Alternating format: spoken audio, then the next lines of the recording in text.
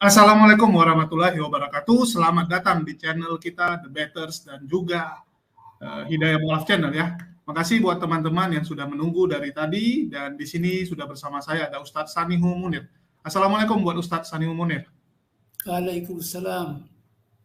Oke, jadi di kesempatan kali ini kita akan membahas tentang seorang manusia yang luar biasa sekali saya lihat ya. Ini seorang penguasa atau seorang raja di masa lalu yang berhasil menciptakan Tuhan. Kalau di sejarah-sejarah kita mengenal raja-raja atau tokoh-tokoh besar ya, penguasa-penguasa itu biasanya mengangkat dirinya sendiri menjadi raja. Menjadi Tuhan ya.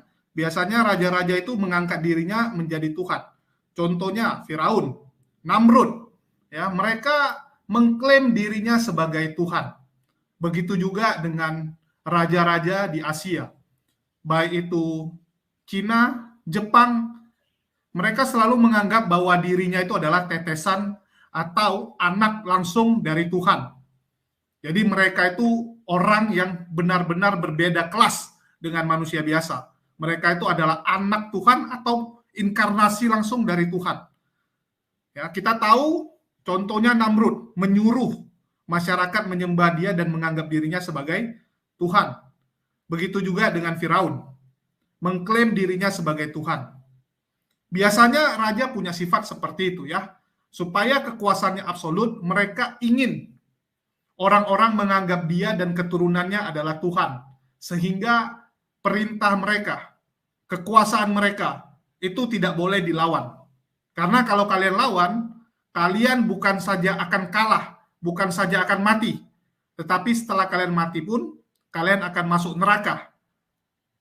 Dengan iming-iming seperti itu, ya, dengan teror seperti itu, rakyat menjadi tidak berani memberontak. Karena takut, selain nanti mati, di akhirat pun akan menerima hukuman. Itulah kenapa dari zaman dulu, raja itu benar-benar seperti diagung-agungkan, dianggap sebagai dewa. Bahkan di zaman modern ini pun banyak ya orang-orang yang mengklaim dirinya sebagai Tuhan. Contoh Lia Eden. Terus dinasti Kim dari Korea ya, Kim Il Sung, Kim Jong Un yang dianggap sebagai dewa di Korea Utara.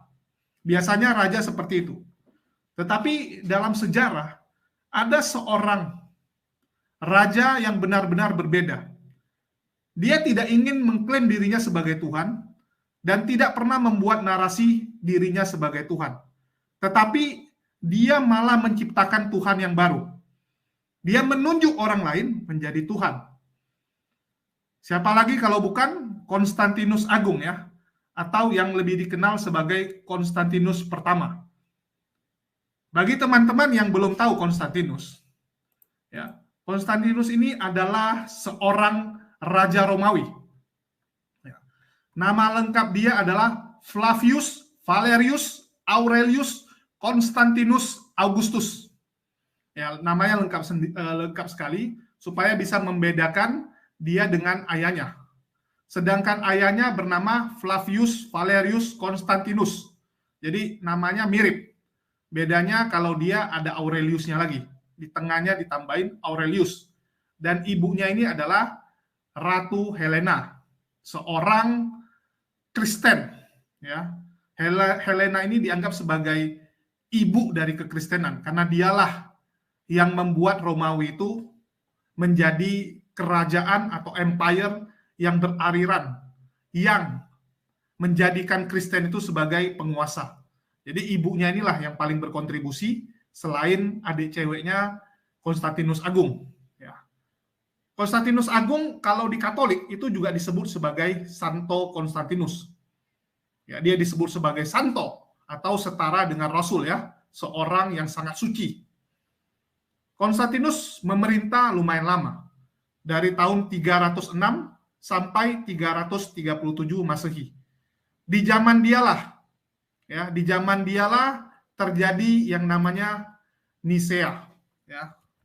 Jadi di zaman dialah terjadi kejadian yaitu saat Yesus diangkat menjadi Tuhan, yaitu Konsili Nisea pada tahun 325.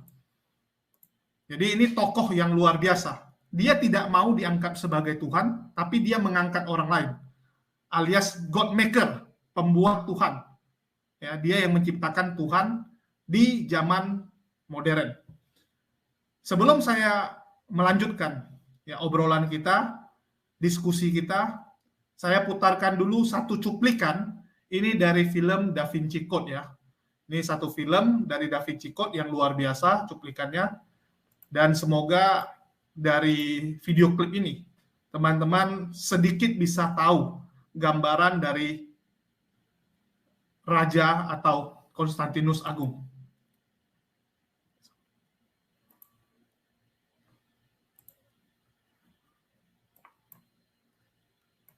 Arrived by facsimile from heaven. The Bible, as we know it, was finally presided over by one man, the pagan emperor Constantine. I thought Constantine was a Christian. Oh, hardly. No, he was a lifelong pagan who was baptized on his deathbed. Constantine was Rome's supreme holy man. From time immemorial, his people had worshipped a balance between nature's male deities and the goddess, or sacred feminine. But a growing religious turmoil was gripping Rome. 3 centuries earlier, a young Jew named Jesus had come along, preaching love and a single God. Centuries after his crucifixion, Christ's followers had grown exponentially and had started a religious war against the pagans.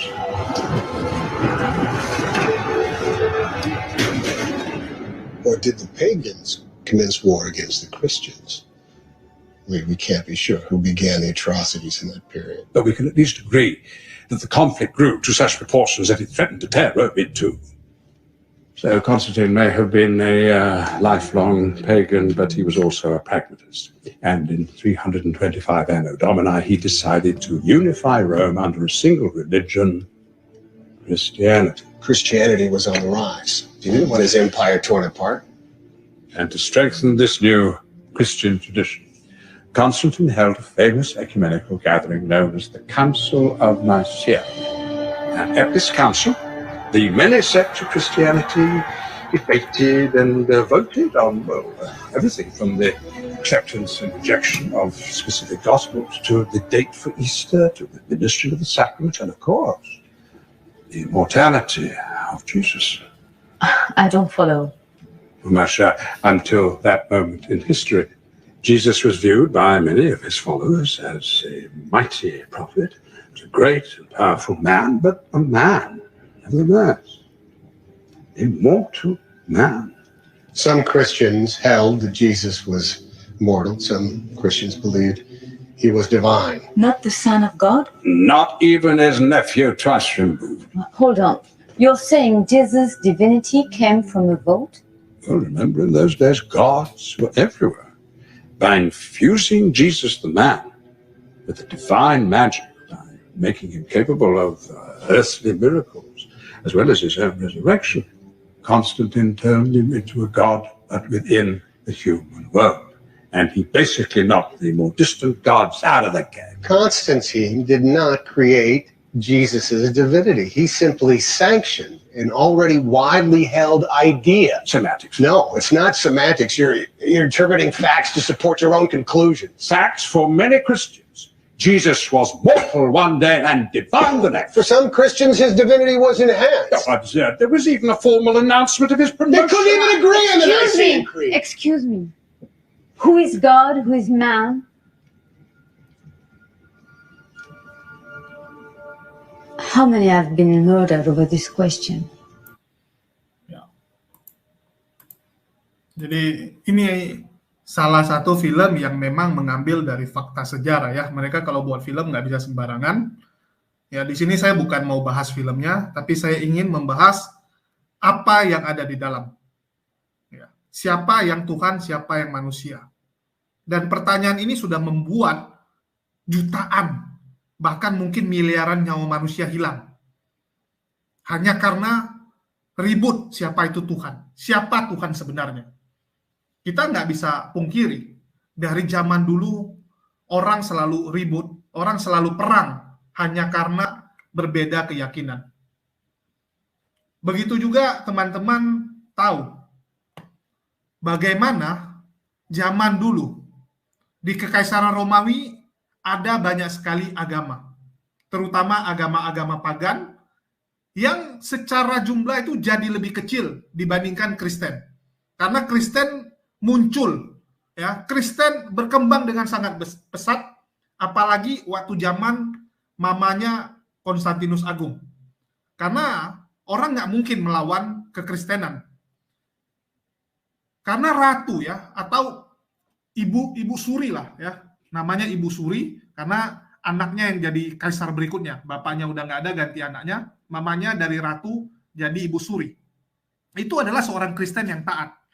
Mana ada yang berani lawan dia gitu? Saat itu tidak ada yang berani lawan dia, dan agama pagan itu sudah sangat kecil saat itu karena udah kepecah-pecah.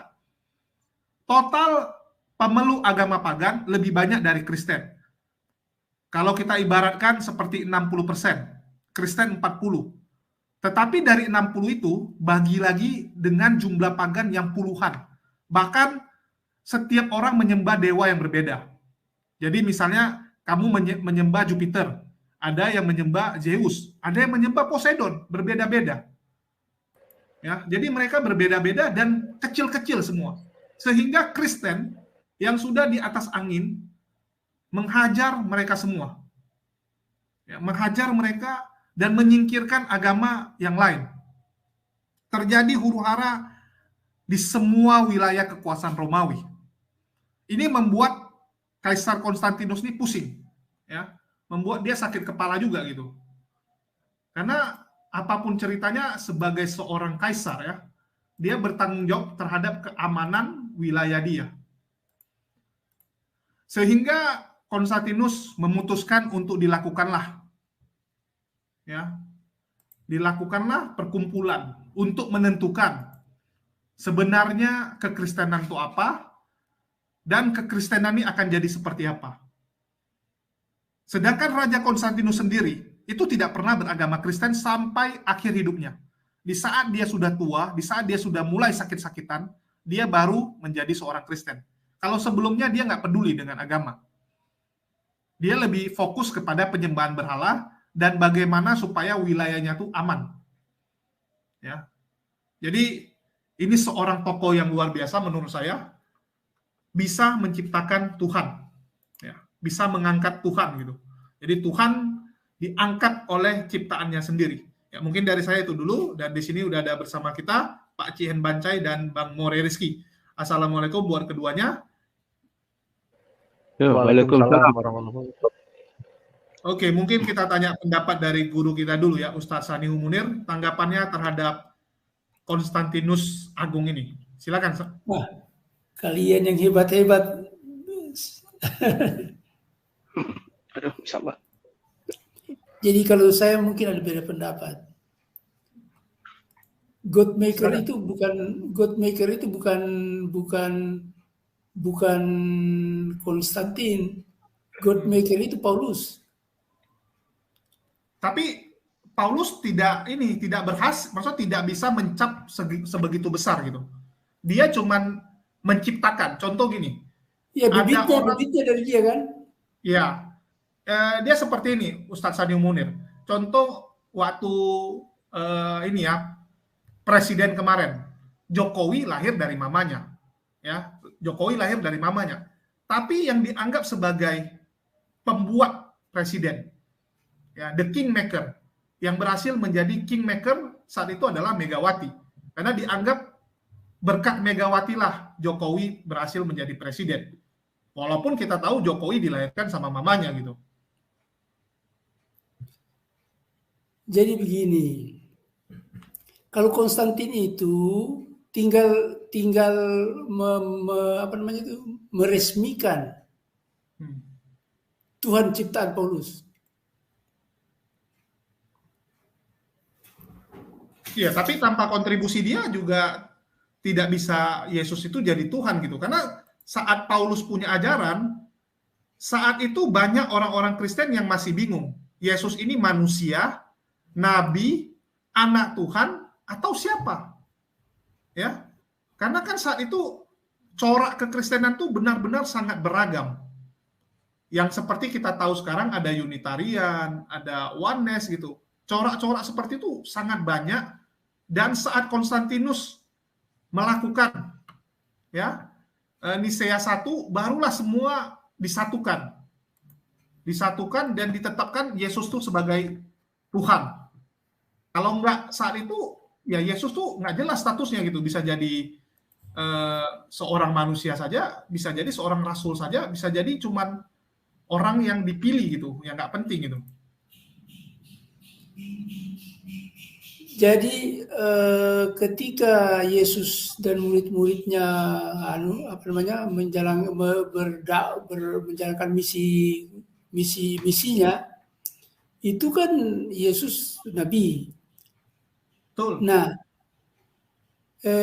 di Romawi dan di Alexandria, di mana di Mesir dan sebagainya itu kan masih Tuhan-Tuhan yang ciptaan dewa-dewa dan sebagainya, Tamus, Apollo, dan segala macam itu.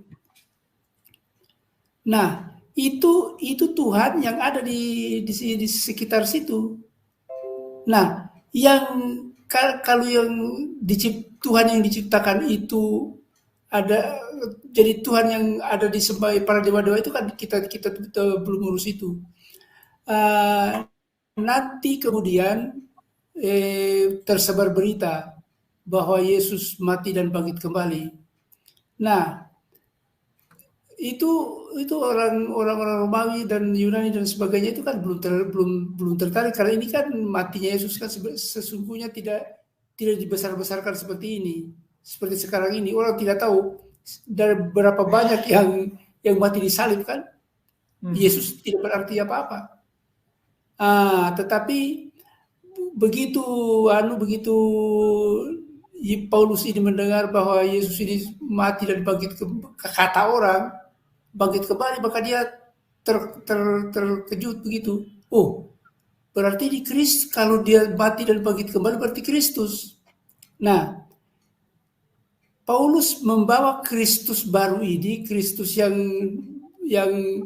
dia dia kejar-kejar dan sebagainya.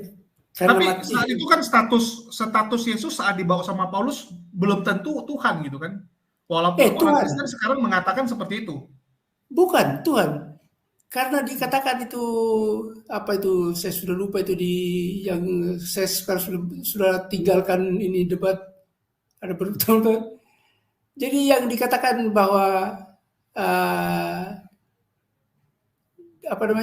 yang dalam berupa Allah, tapi itu dalam ayat surat itu, tapi tidak mempertahankan turun ke dunia mengambil bentuk manusia. Itu kan baru Pauluslah yang menciptakan itu. Ya betul, cuman sampai sekarang sebenarnya banyak sekali orang yang berdebat, ya masih banyak orang yang berdebat tentang sebenarnya Paulus ini mengajarkan apa. Karena yang kita lihat sekarang ini kan hasil dari Konsili Nisea yang udah dimateraikan gitu. Dipaksakan bahwa Paulus mengatakan Yesus itu Tuhan. Padahal bisa jadi zaman dulu Paulus nggak bilang Yesus itu Tuhan. Karena terbukti dari banyaknya corak kekristenan saat itu. Ya, jadi dia tidak mengatakan bahwa Yesus itu Tuhan, tapi dengan memberi gelar Kristus, itu sudah Tuhan Kristus yang sudah walaupun belum Tuhan, tapi sudah memiliki kelebihan-kelebihan yang mengarah kepada keilahian. Oke, ya betul. Tapi kan masih ada yang sampai menganggap dia itu Tuhan kecil gitu kan, Tuhan yang kecil gitu, Tuhan nomor 2, belum setara. Tapi saat Konsili Nisea dibuat jadi setara gitu. Jadi memang Paulus sendiri masih juga walaupun dia sebenarnya mengkampanyekan ajaran penyembah berhala, tapi dia juga dalam hatinya juga masih sebagai orang Yahudi bahwa Tuhan itu Allah. Tetapi ya, itu pasti ada perlawanan dalam batinnya ya. Dalam batinnya pasti tetap ada perlawanan. Dia bekerja dalam lingkungan, dia dibesarkan dalam lingkungan Helenisme, dalam lingkungan penyembahan berhala, dan itu yang tertanam di hatinya ketika dia melihat itu. upacara apa upacara-upacara agama pagan itu. Nah, itu dia terhajut ke situ. Tadinya kan dia diajarin oleh Gamaliel menjadi Yahudi, tapi karena lingkungan hidupnya itu pagan, dia membela pagan. Nah, yang dia ketika mereka itu kan pagan ini kan masih menyembah dewa-dewa dan sebagainya, berapa itu Kristus. Nah, Paulus inilah yang menawarkan Kristus yang ke-16 atau ke-17 kepada mereka, dan itu diterima. Memang Paulus secara tegas itu belum mempertuhankan Yesus, tetapi dialah yang menciptakan benih-benih untuk orang pagan menyembah Yesus. Begitu. Oke, siap Ustadz. Ya, jadi bagi teman-teman yang baru join ini ada juga yang nggak tahu Ustadz Sanihul Munir ya. Ustadz Sanihul Munir ini salah satu pendiri ya, bisa dibilang pelopor kristolog di Indonesia ya. Jadi Ustadz Sanihul Munir ini salah satu founding father lah bagi kristolog yang ada di Indonesia bersama almarhum Ustadz Moko Ginta ya. Oke, di sini ada Bang More Rizky. Mungkin Bang More Rizky dulu ya sebelum Pak Cian baca, karena Pak Ci biasa lebih sadis nanti. Ya, silakan Bang More Rizky. Ya, terima kasih Bang Julius.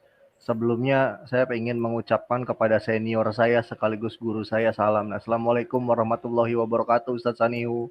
Waalaikumsalam. Saya bangga dengan kalian yang muda-muda ini, hebat-hebat semua. Saya bangga. Saya sudah tidak laku sekarang. Waduh, enggak juga Ustadz. Saya masih apa ya, Ustadz Sanihu masih jadi panutan saya. Apalagi saya menjunjung critical text dan historistik. Itu panutan saya. Saya banyak pakai metode-metode merujuk, berpijak pada yang dilakukan oleh Ustadz Sanihul Munir. Ketika berbicara, ketika berhujah, itu selalu membawa dokumen ilmiah gitu loh. Itu yang saya jaga sampai hari ini. Panutan saya Ustadz Sanihul Munir untuk yang di Indonesia, dan tidak tergantikan itu sampai kapanpun gitu loh. Nah, ya memang dulu itu apa? Saya itu melanglang buana dari Sabang sampai Merauke, itu dari timur sampai ke barat itu berdebat kristologi, dan sampai saya ke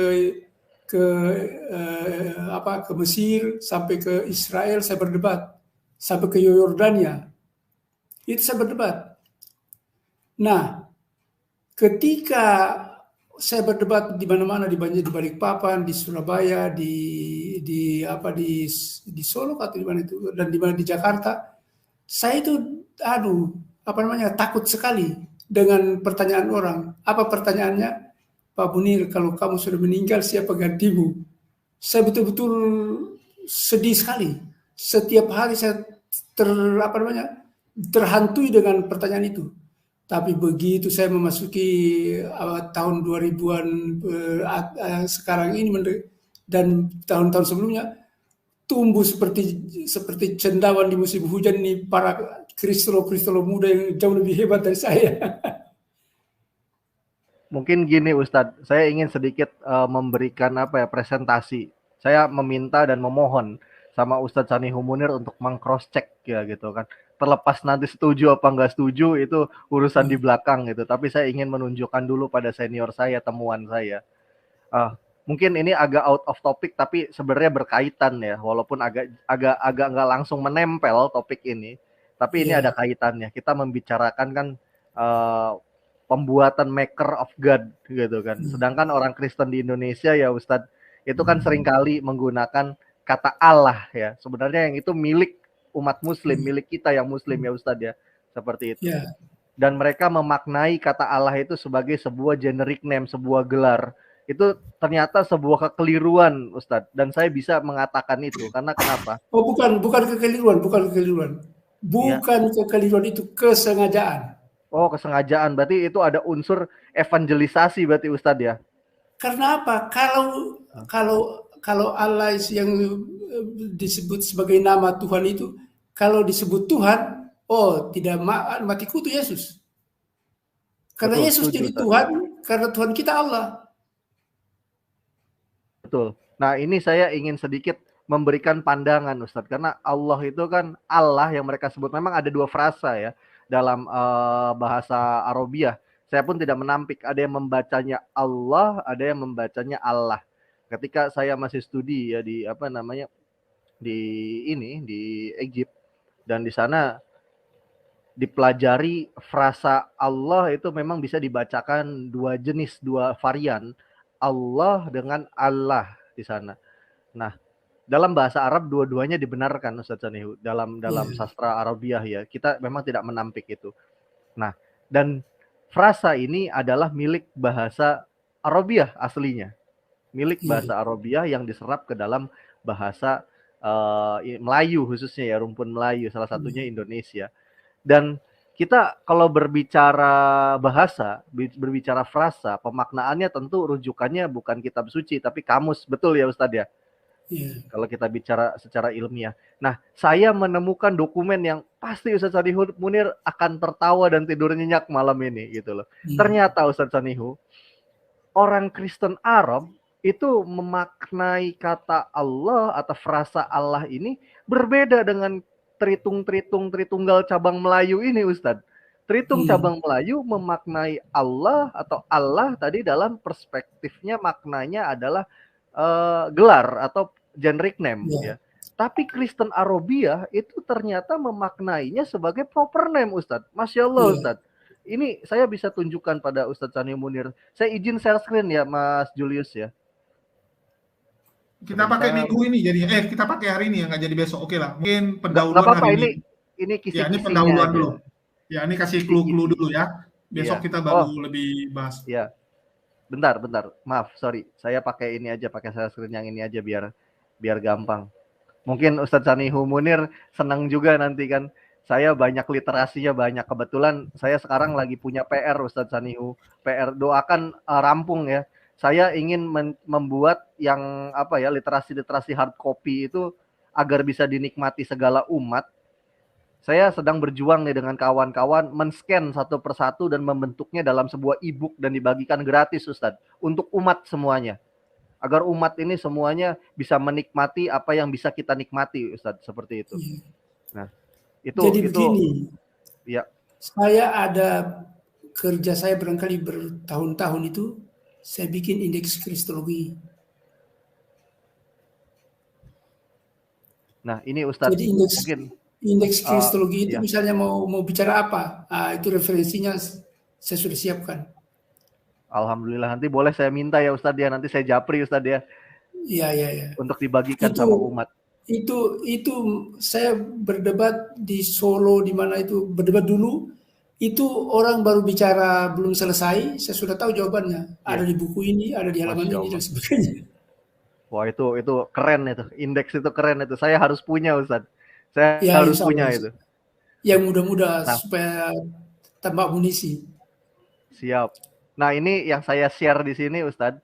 Ini namanya Kamus Alkitab Al-Muqaddas Ustadz. Ini karyanya Kristen Protestan Arabiah dan disusun oleh tim yang dipimpin oleh Profesor Dr. Pendeta Butrus Malik. Nah, ini dalam kekristenan Timur Tengah, dia ini seorang rohaniawan dan cendekiawan yang kalau ada ada teolog-teolog Timur Tengah ya, gereja Timur khususnya yang sudah mendengar kesimpulan beliau atau pemikiran beliau, maka semua ulama-ulama Kristen Timur Tengah mengatakan sa'minah wa atonah gitu loh. Dalam kita yang muslimnya ya sama seperti itu. Karena ini dijadikan pijakan seorang ilmuwan yang luar biasa dalam kekristenan Timur Tengah. Nah, dalam dokumen Komus Alkitab Al-Muqaddas ini, kalau di halaman 107 ya, tapi kalau di PDF saya karena saya scan dengan sampulnya juga dengan ininya introduction-nya, jadi munculnya di 119. Nah, kalau halaman aslinya 107. Di situ dijelaskan ternyata Ustadz Sanihu Munir terkait soal kata Allah ini gitu loh di halaman kok loncat sebentar.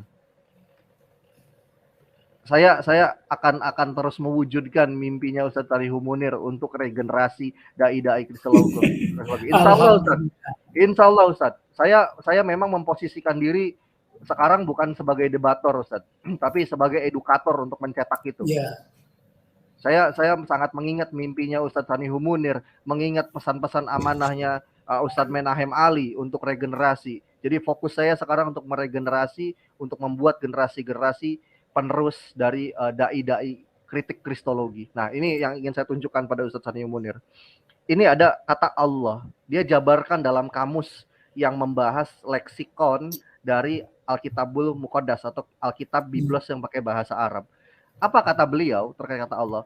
Allah hadza ismu al-ilah, yang artinya Allah hadza ismu adalah nama. Allah Nama adalah dari nama Tuhan. ya, dari Tuhan. Jadi mereka Iya. menganggap bahwa Allah itu bukan gelar, Ustadz, tapi apa? Nama pribadi. Gitu. Iya. Nah, ternyata dalam inilah kesengajaan LAI untuk memutar itu, karena itu kendala apa namanya, kalau misalnya diterjemahkan seperti kamus bahasa Indonesia atau apalagi kamus itu, dia akan kelabakan, karena di situ apa namanya, Tuhan Allah kita adalah Tuhan. Itu kan dalam LAI, Allah kita adalah Yesus. iya. Allah kita adalah Tuhan, padahal harusnya Tuhan kita adalah Allah. Tapi dibalik, karena kalau Allah itu diterjemahkan sebagai proper name, maka Yesus bukan Tuhan. Betul. Nah, di sini ketahuan ternyata Ustadz Sanihu Munir. Apa itu ketahuannya? Pandangan orang Kristen Timur Tengah dengan Indonesia ngejomplang sekali, 180 derajat berbeda. Gitu loh. Saya merasa puas dengan temuan dokumen ini. Sebenarnya saya punya dokumen satu lagi. Ini yang sama juga Alkitab Komus, Alkitab Al-Muqaddas, cuma bukan karya Profesor Dr. Pendeta Butrus Malik, tapi karya Profesor Dr. George Post. Nah, tapi saya belum scan di sini. Nanti insya Allah next time saya akan tunjukkan, saya akan japri Ustadz Sanihu Munir dan akan saya kasih dokumennya. Pasti Ustadz Sanihu Munir sangat bisa tidur nyenyak, saya jamin gitu loh. Dengan temuan ini. Insya Allah. Nah, terus ini kan dari Kristen Protestan ya Ustadz ya. Saya menggali lagi dari Kristen Katoliknya, dari kalangan Jesuit atau Yasui dalam bahasa Arabnya.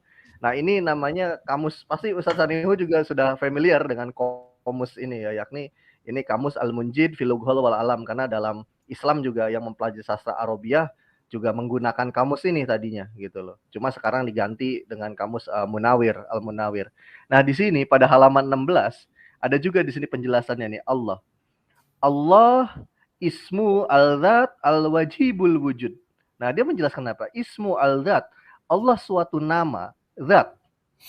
Al-wajibul wujud, yang maha ada, yang menjadikan segala sesuatu ada.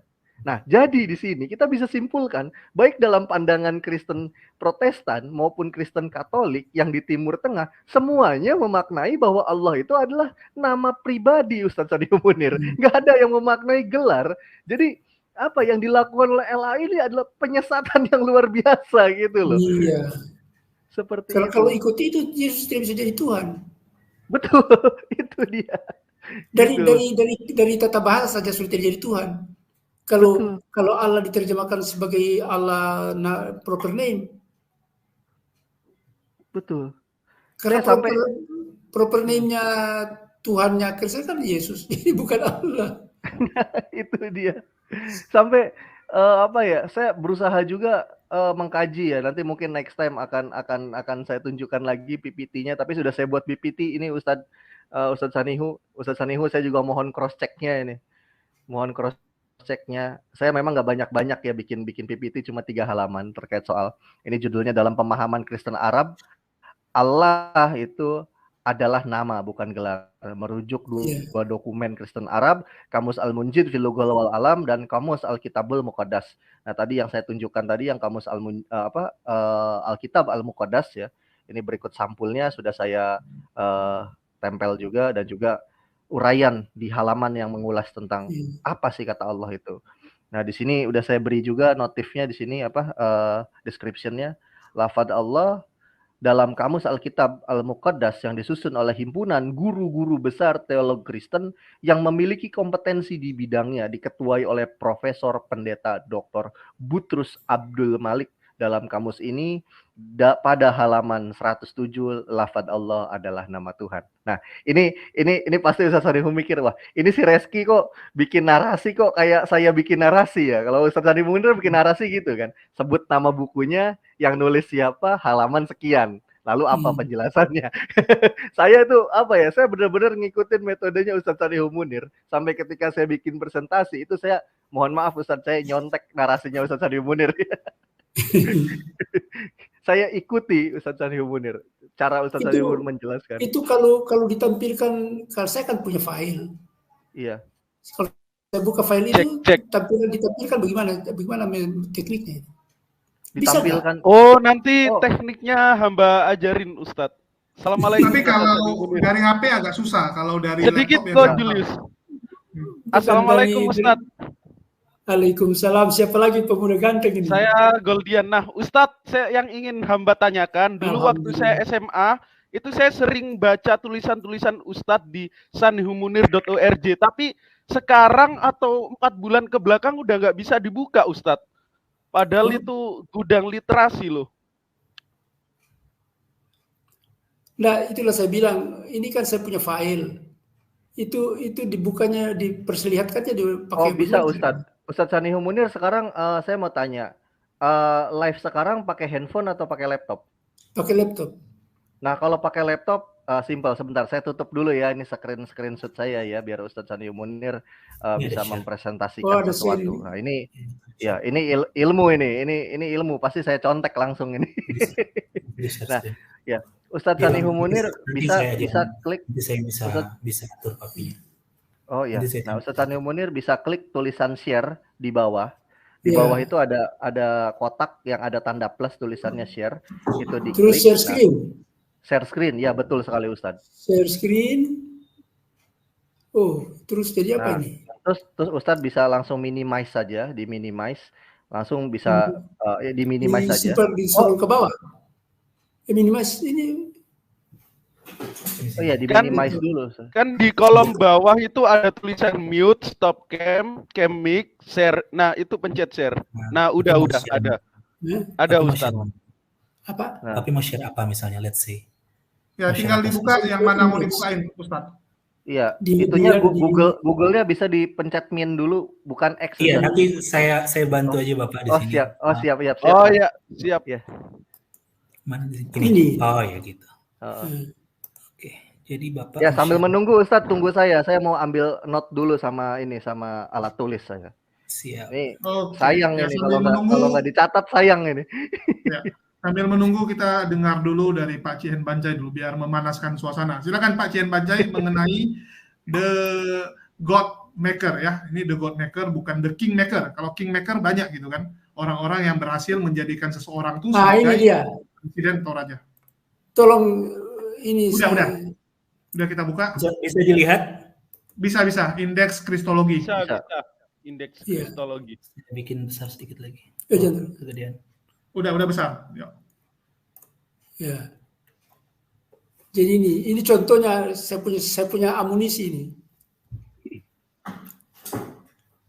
Paulus mencabut Kristen dari akar Yahudinya, membawanya ke penyembah berhala dan dijadikan agama dunia. Itu di Max Edelman, The Jews, God and History di halaman 145. It was Paul who founded Christianity, a New World Religion, yang ditulis oleh dalam buku The Myth Maker dari Maccabee, halaman 184. Kristen adalah agama gado-gado. Tidak ada yang lebih normal selain menganut agama gado-gado. Paul Fredrickson dalam Jesus of the Nazareth, halaman 61. Ini amunisi saya ini. Tuh.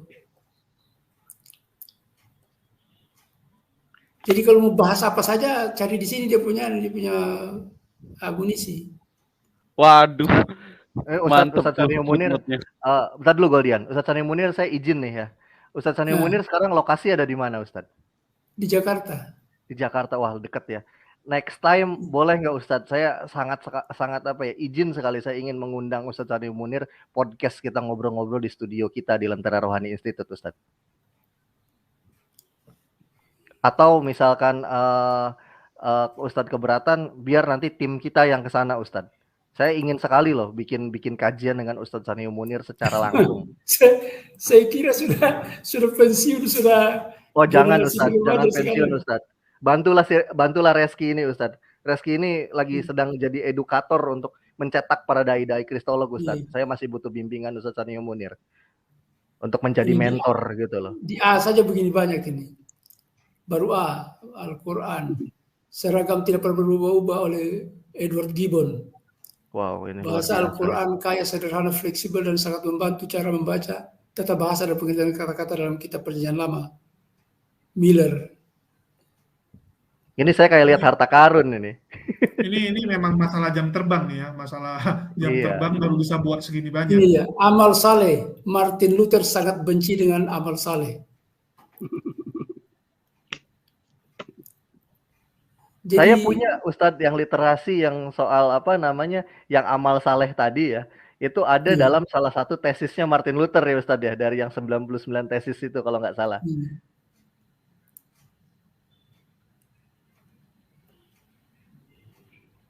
Wah mantap ini.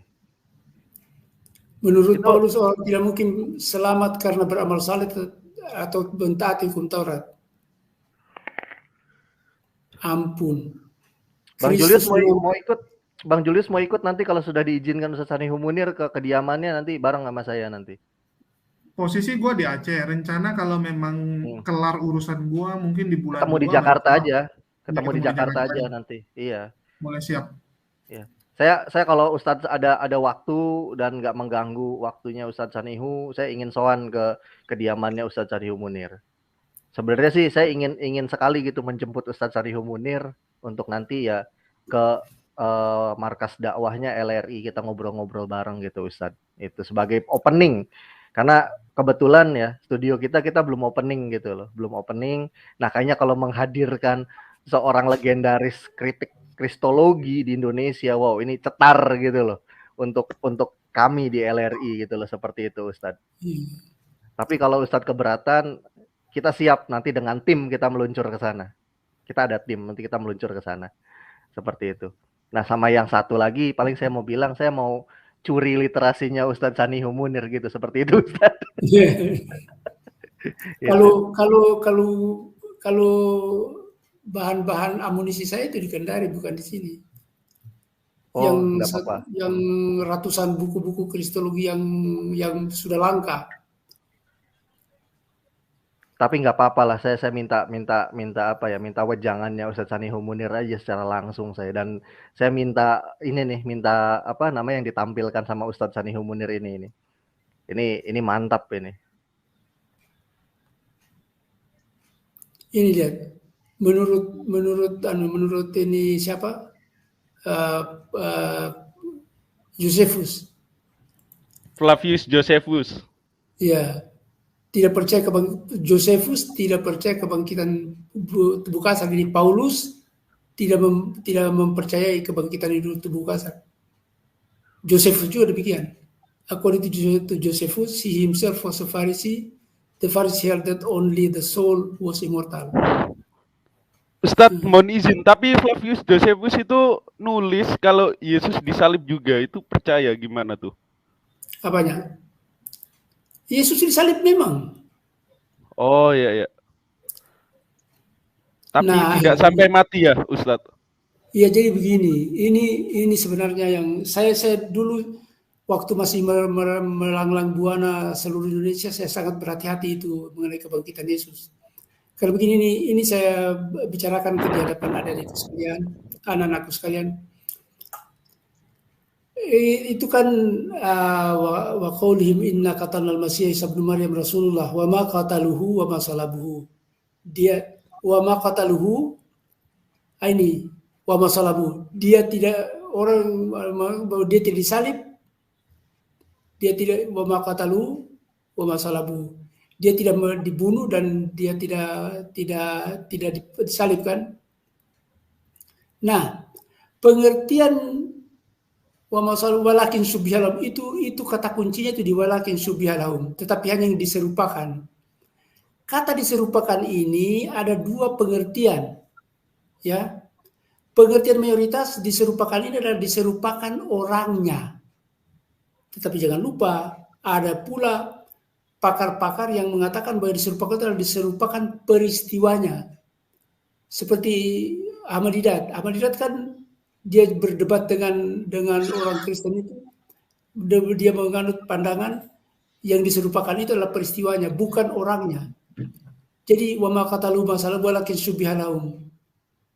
Hanya diserupakan. Nah, diserupakan ini ada dua faham, diserupakan orangnya dan diserupakan peristiwanya. Nah, kalau diserupakan orangnya berarti Yesus tidak mati.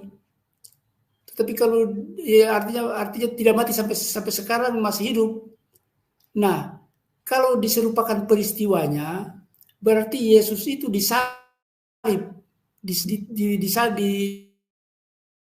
dihukum dengan dihukum salib. Tapi kan masalabu itu disalib sampai mati. Nah, kalau dia tidak mati berarti itu salib-saliban doang. Jadi kata masalabu, mereka tidak membunuhnya dan dia tidak mati di tiang salib. Dia tidak mati di tiang salib walaupun dihukum salib, dia tidak mati di tiang salib. Tetapi hanya diserupakan. Nah, diserupakan ini diserupakan orangnya, ini yang mayoritas, bahwa diserupakan orangnya seperti Yesus. Tapi kalau diserupakan peristiwanya, diserupakan penyalipannya. Artinya itu cuma salib-saliban doang. Berarti dia tidak mati. Nah, mengapa ada cerita bahwa dia diserupakan orangnya, diserupakan peristiwanya itu? Karena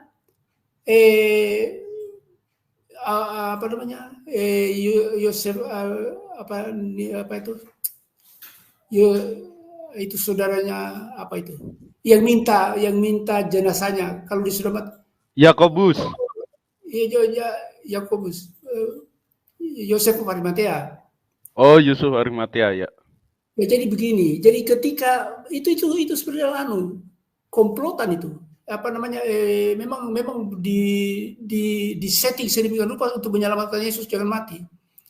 Jadi ketika itu Yesus disalib kan hanya 3 jam dia sudah terkulai.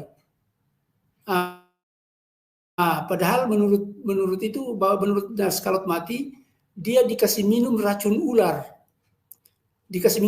Sehingga dalam sebelum 3 jam sudah pingsan. Nah, ketika pingsan ini Yosef Arimatea menghadap Pilatus. Ya Pilatus, ini Yesus sudah mati ya. Kok baru 3 jam? Ya betul-betul sudah mati. Itu kaisar gubernur. Terus kenapa? Ya kalau dia mati, kalau bisa kami ambil bangkainya. Sudah ambil saja bangkainya, padahal dia belum mati. Jasadnya itu yang dibawa ke dalam kuburannya Yosef Arimatea itu baru dia mati dengan mir dan alum itu. Akhirnya dia sembuh, tapi dia sembuh tidak bisa keluar karena dijaga sama tentara Romawi. Nah, bagaimana taktiknya mereka? Itu 3 hari 3 malam kemudian dia keluar, kaget itu tentara Romawi, ini Kristus ini, Tuhan. Itu yang kemudian di amplifier oleh Paulus yang disebarkan ke kerajaan Romawi Arab. bahwa ke barat bahwa Yesus itu mati dan bangkit kembali, jadi dia adalah Kristus. Nah, itu orang-orang Romawi sudah mempunyai Kristus juga dan sebagainya, tapi sudah tidak sudah usang, sudah tidak berdaya, minta tolong mau minta hujan tidak bisa. Oleh sebab itu ketika Paulus menawarkan Yesus sebagai Kristus, mereka terima. Inilah yang dia hijrah ini Nabi Isa lebih modern Yesus, ya, Kristus ke-17 di Romawi. Kristus Yesus Tuhan penyembah berhala ya, Ustaz. Ya. Itu di bukunya Barbara Thiering saya juga pernah dibaca ya, seperti narasi yang Al-Fadil Ustadz Sanihu Munir sampaikan, bahwa Yesus itu benar-benar disalib tapi dia diselamatkan, lalu dibawa murid-muridnya ke suatu tempat. Iya, diobati. Memang diobati waktu di dalam kuburan itu. Kuburan kan bukan ditanam, tapi di dalam gua. Saya sudah pernah ke Israel kan, lihat itu 5 hari saya di Israel. Jadi gua itu, ya. Tapi kalau misal dibenturkan sama penafsir klasik gitu gimana Ustadz? Kayak Ibnu Katsir gitu. Nah, argumen yang Ustadz bawakan. Tafadhol. Begini. Coba lihat, buka semua tafsir Al-Quran yang bahasa Inggris. Rata-rata dia menganut itu yang kedua itu, bahwa dia tidak mati tiang salib, dan diobati dan sembuh. Ya, segala kemungkinan bisa saja ya, segala kemungkinan. Ya, jadi kemungkinan jadi kan yang diserupakan. Nah, kalau diserupakan orangnya, berarti Yesus tidak, berarti diserupakan orangnya, berarti ada orang lain yang disalib. Wa ma qatalu wa masallu walakin syubbiha lahum, hanya diserupakan. Kalau diserupakan peristiwanya seperti yang saya jelaskan tadi, kalau diserupakan orangnya seperti yang dianut mayoritas Islam di dunia ini begitu. Kalau saya jelaskan begini ya, ada kalanya saya waktu masih di kapal pulang balik Jakarta Kendari itu sampai saya dibaki-maki sama ustaz-ustaz. Makanya saya hati-hati menjelaskan itu. Ya, sebenarnya saya pribadi juga prefer ikut pandangan seperti Ustadz Sanihu Munir dan misal tafsir yang berbahasa Inggris. Tapi seringkali kita ditabrakkan, itu seperti penafsiran Ahmadiyah bahwa Yesus disalib tapi tidak mati. Nah, begitu. Kita langsung tunjuk kepada kita bahwa ini Ahmadiyah ini.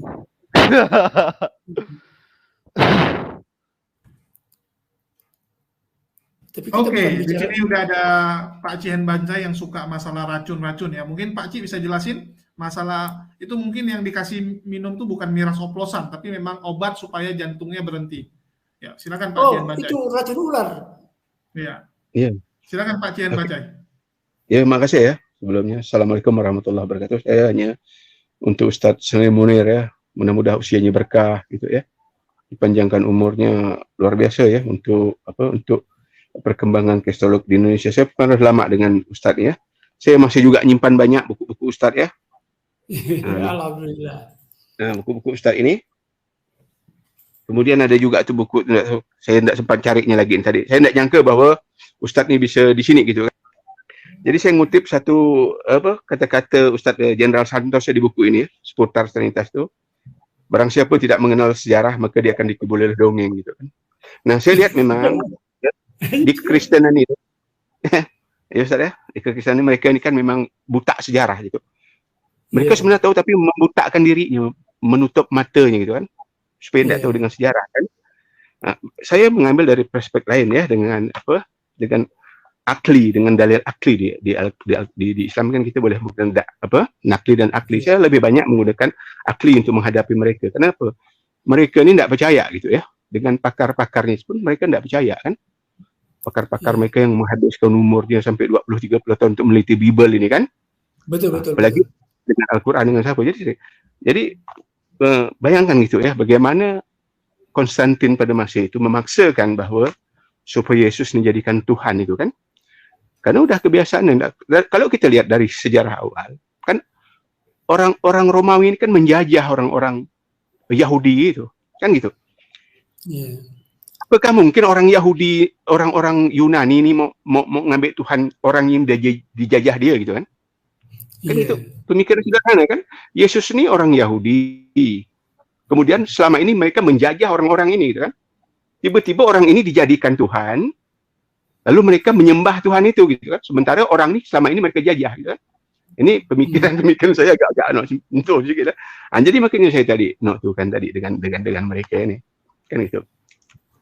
Jadi tadi Ustaz tentang baru berapa jam, 3 jam dikasih racun ular gitu kan. Kan kalau di Bible itu kan ada 3 versi gitu kan, penyampuran gitu kan. Saya selalu mengatakan itu miras oplosan gitu. Miras oplosan anggur asam, ada yang direndam dengan bunga karang putih, kemudian ada yang kalau di Lukas dengan di Matius dengan Markus itu di situ dikatakan dengan dicampur dengan minyak mur, satu lagi dicampur dengan empedu. Jadi saya ngambil dia pakai empedu ikan buntal itu. Ikan buntal itu mati saat orang baru beracun tuh orang. Jadi itu ya Ustaz ya. Saya sebenarnya udah dijelaskan tidak banyak-banyak, makanya saya hanya rindu aja ya dengan suara Ustaz. Saya hanya beri salam ya. Barakallahu fiik untuk Kristen di Indonesia ya. Saya juga teringat nanti dengan Ustaznya dengan Ustaz siapa lagi yang udah juga berpulang ke rahmatullah itu Ustaz Buku Ginta. Ustaz Mogo Ginta. Buka Ginta belum lagi, dia tinggi besar orang dari Sulawesi juga itu. Pak saya nanti saya akan ingat lagi lah. Dia pernah ketemu gitu di Jakarta itu. Mungkin itu aja ya, nanti saya nggak bisa habis kata-kata saya kalau dekat Ustaznya luar biasa ya. Tapi saya berharap mudah-mudahan usia Ustaz tambah, diberi keberkahan dalam usia gitu. Kenapa? Dengan ilmu nih tadi. Dengan ilmu disampaikan kepada kami ini kan. Kepada saudara-saudara yang lain. Oke, yang lain sila lanjut. Mungkin masih banyak tuh gili-gilir. Oke, ini mungkin saya sambut dulu. Assalamualaikum buat Ustadz Unggul, dan tadi Goldian belum saya sambut juga, dan Waalaikumsalam. Ya, shalom Bang Jose. Mungkin dari Bang Jose nih. Ya, saya mengatakan bahwa Konstantinus ini luar biasa. Kalau raja-raja dulu itu suka mengklaim dirinya sebagai Tuhan ataupun anak Tuhan. Ya, kita bisa lihat bagaimana Firaun dulu mengaku Tuhan, Namrud juga mengangkat dirinya sebagai Tuhan, dan masih banyak lagi ya raja-raja yang mengangkat dirinya sebagai Tuhan. Tapi Konstantinus tidak mau. Dia lebih memilih menjadi pembuat Tuhan, ya, pencipta Tuhan. Itulah kenapa dia membuat Yesus menjadi Tuhan atau mengangkat Yesus menjadi Tuhan pada saat Konsili Nisea pertama. Ya, mungkin tanggapan dari Bang Jose melihat sepak terjang dari Konstantinus Agung. Silakan Bang Jose. Ya, Assalamualaikum warahmatullahi wabarakatuh semuanya. Ya, kalau dibandingkan dengan Konstantin Agung ya, sebenarnya zaman dulu pun, zaman Nebukadnezar, zamannya Raja, ketika zaman Daniel itu kan, Daniel itu dimasukin ke dalam lubang singa kan, di situ juga ada maklumat raja kan.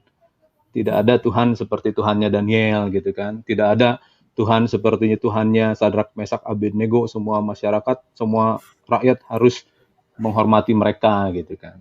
Menghormati Tuhannya Israel gitu. Sebetulnya dari dulu pun pengakuan terhadap Tuhan yang benar itu ada. Nah, kalau ketika di zaman Yesus kenapa seperti itu tadi sampai ada kesimpulan itu ya karena sosok pribadinya nyata dan hidup nyata, jadi ya sosok Yesus yang menonjol di sana gitu kan. Tapi seandainya Yesus hadir di zaman-zaman dahulu, ya di zaman-zamannya Mesir, di zaman-zamannya kerajaan Babilonia dan lain sebagainya, tentu Tuhan Yesus juga akan diakui ketuhanannya gitu. Kan ini kan hanya masalah waktu saja. Gitu. Hanya masalah waktu ketika orang bisa melihat, oh iya, perkembangannya Kristen tuh begini, mereka dianiaya, tapi mereka tetap berbuat kasih. Itu zaman dulu kan seperti itu. Jadi saya rasa itu alamiah ya, natural aja, alamiah. Jadi orang melihat apa buah-buahnya, apa dilihat ya udah, why not gitu kan?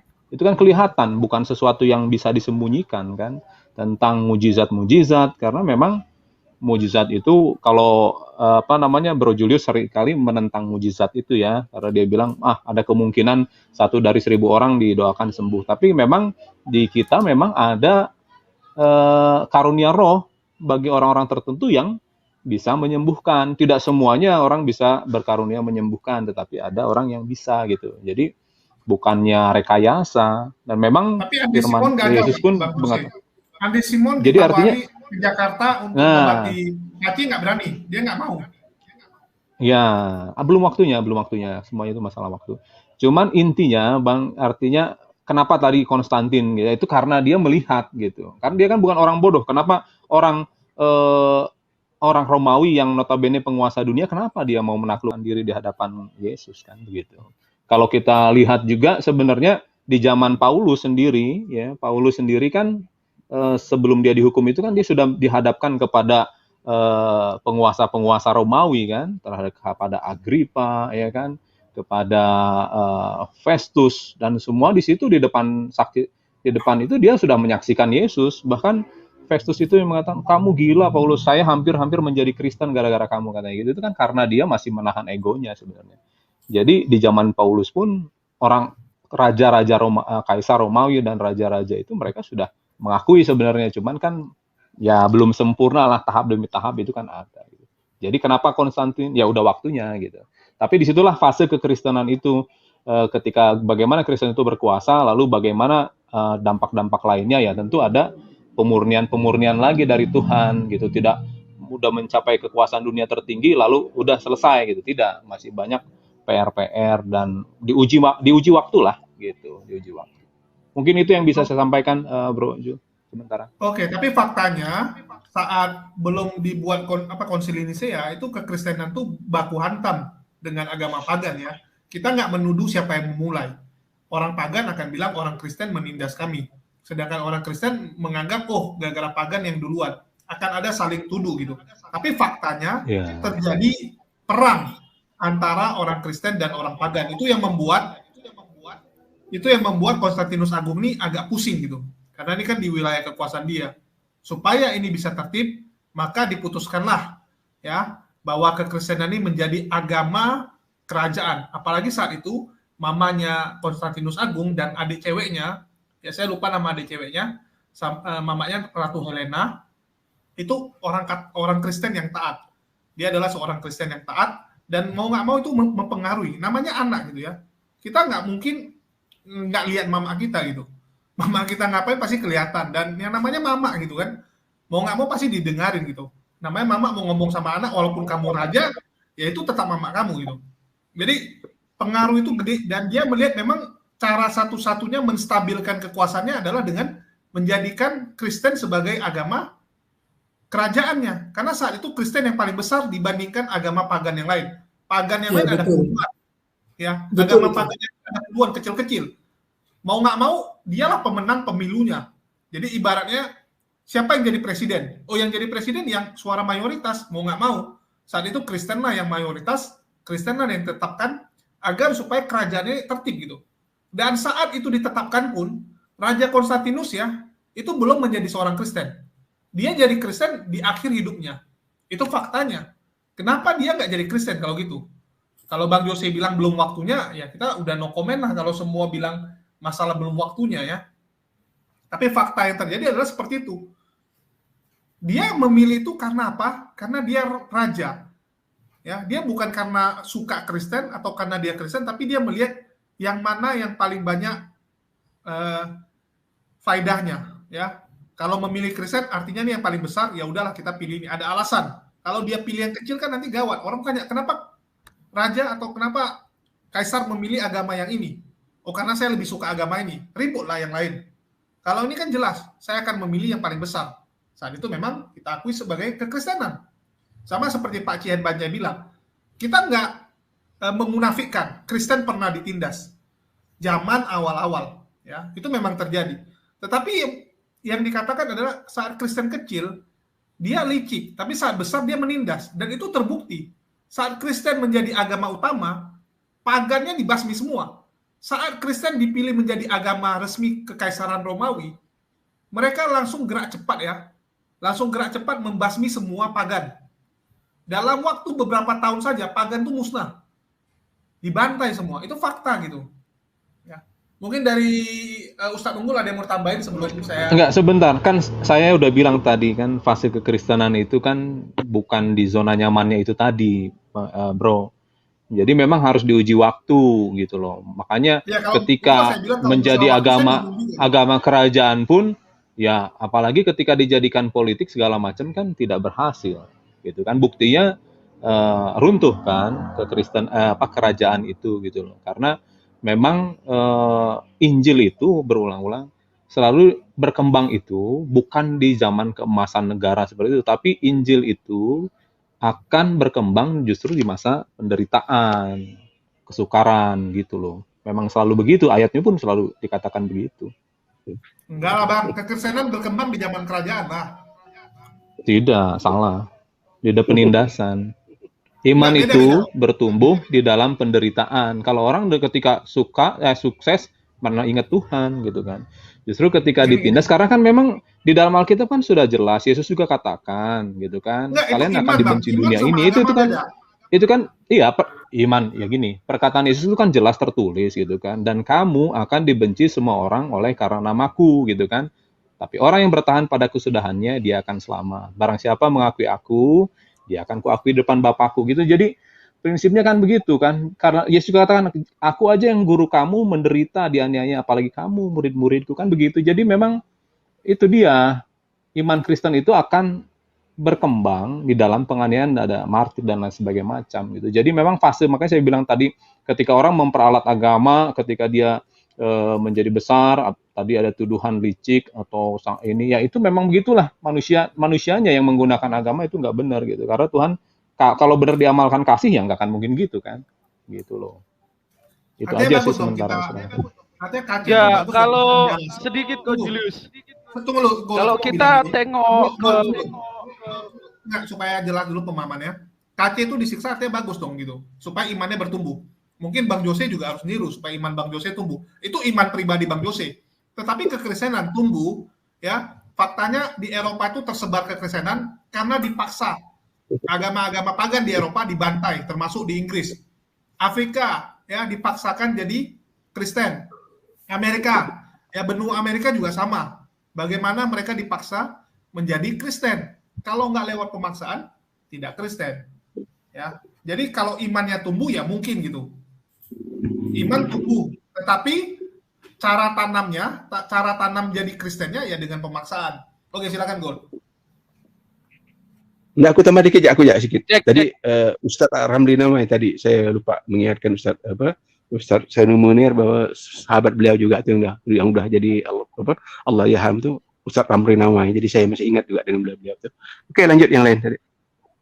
Oke, mungkin aku nyambung sedikit. Nah, kalau kita lihat ke belakang sejarah, kenapa misal kekerajaan kekristenan itu berhasil dikudeta oleh orang-orang yang berakal?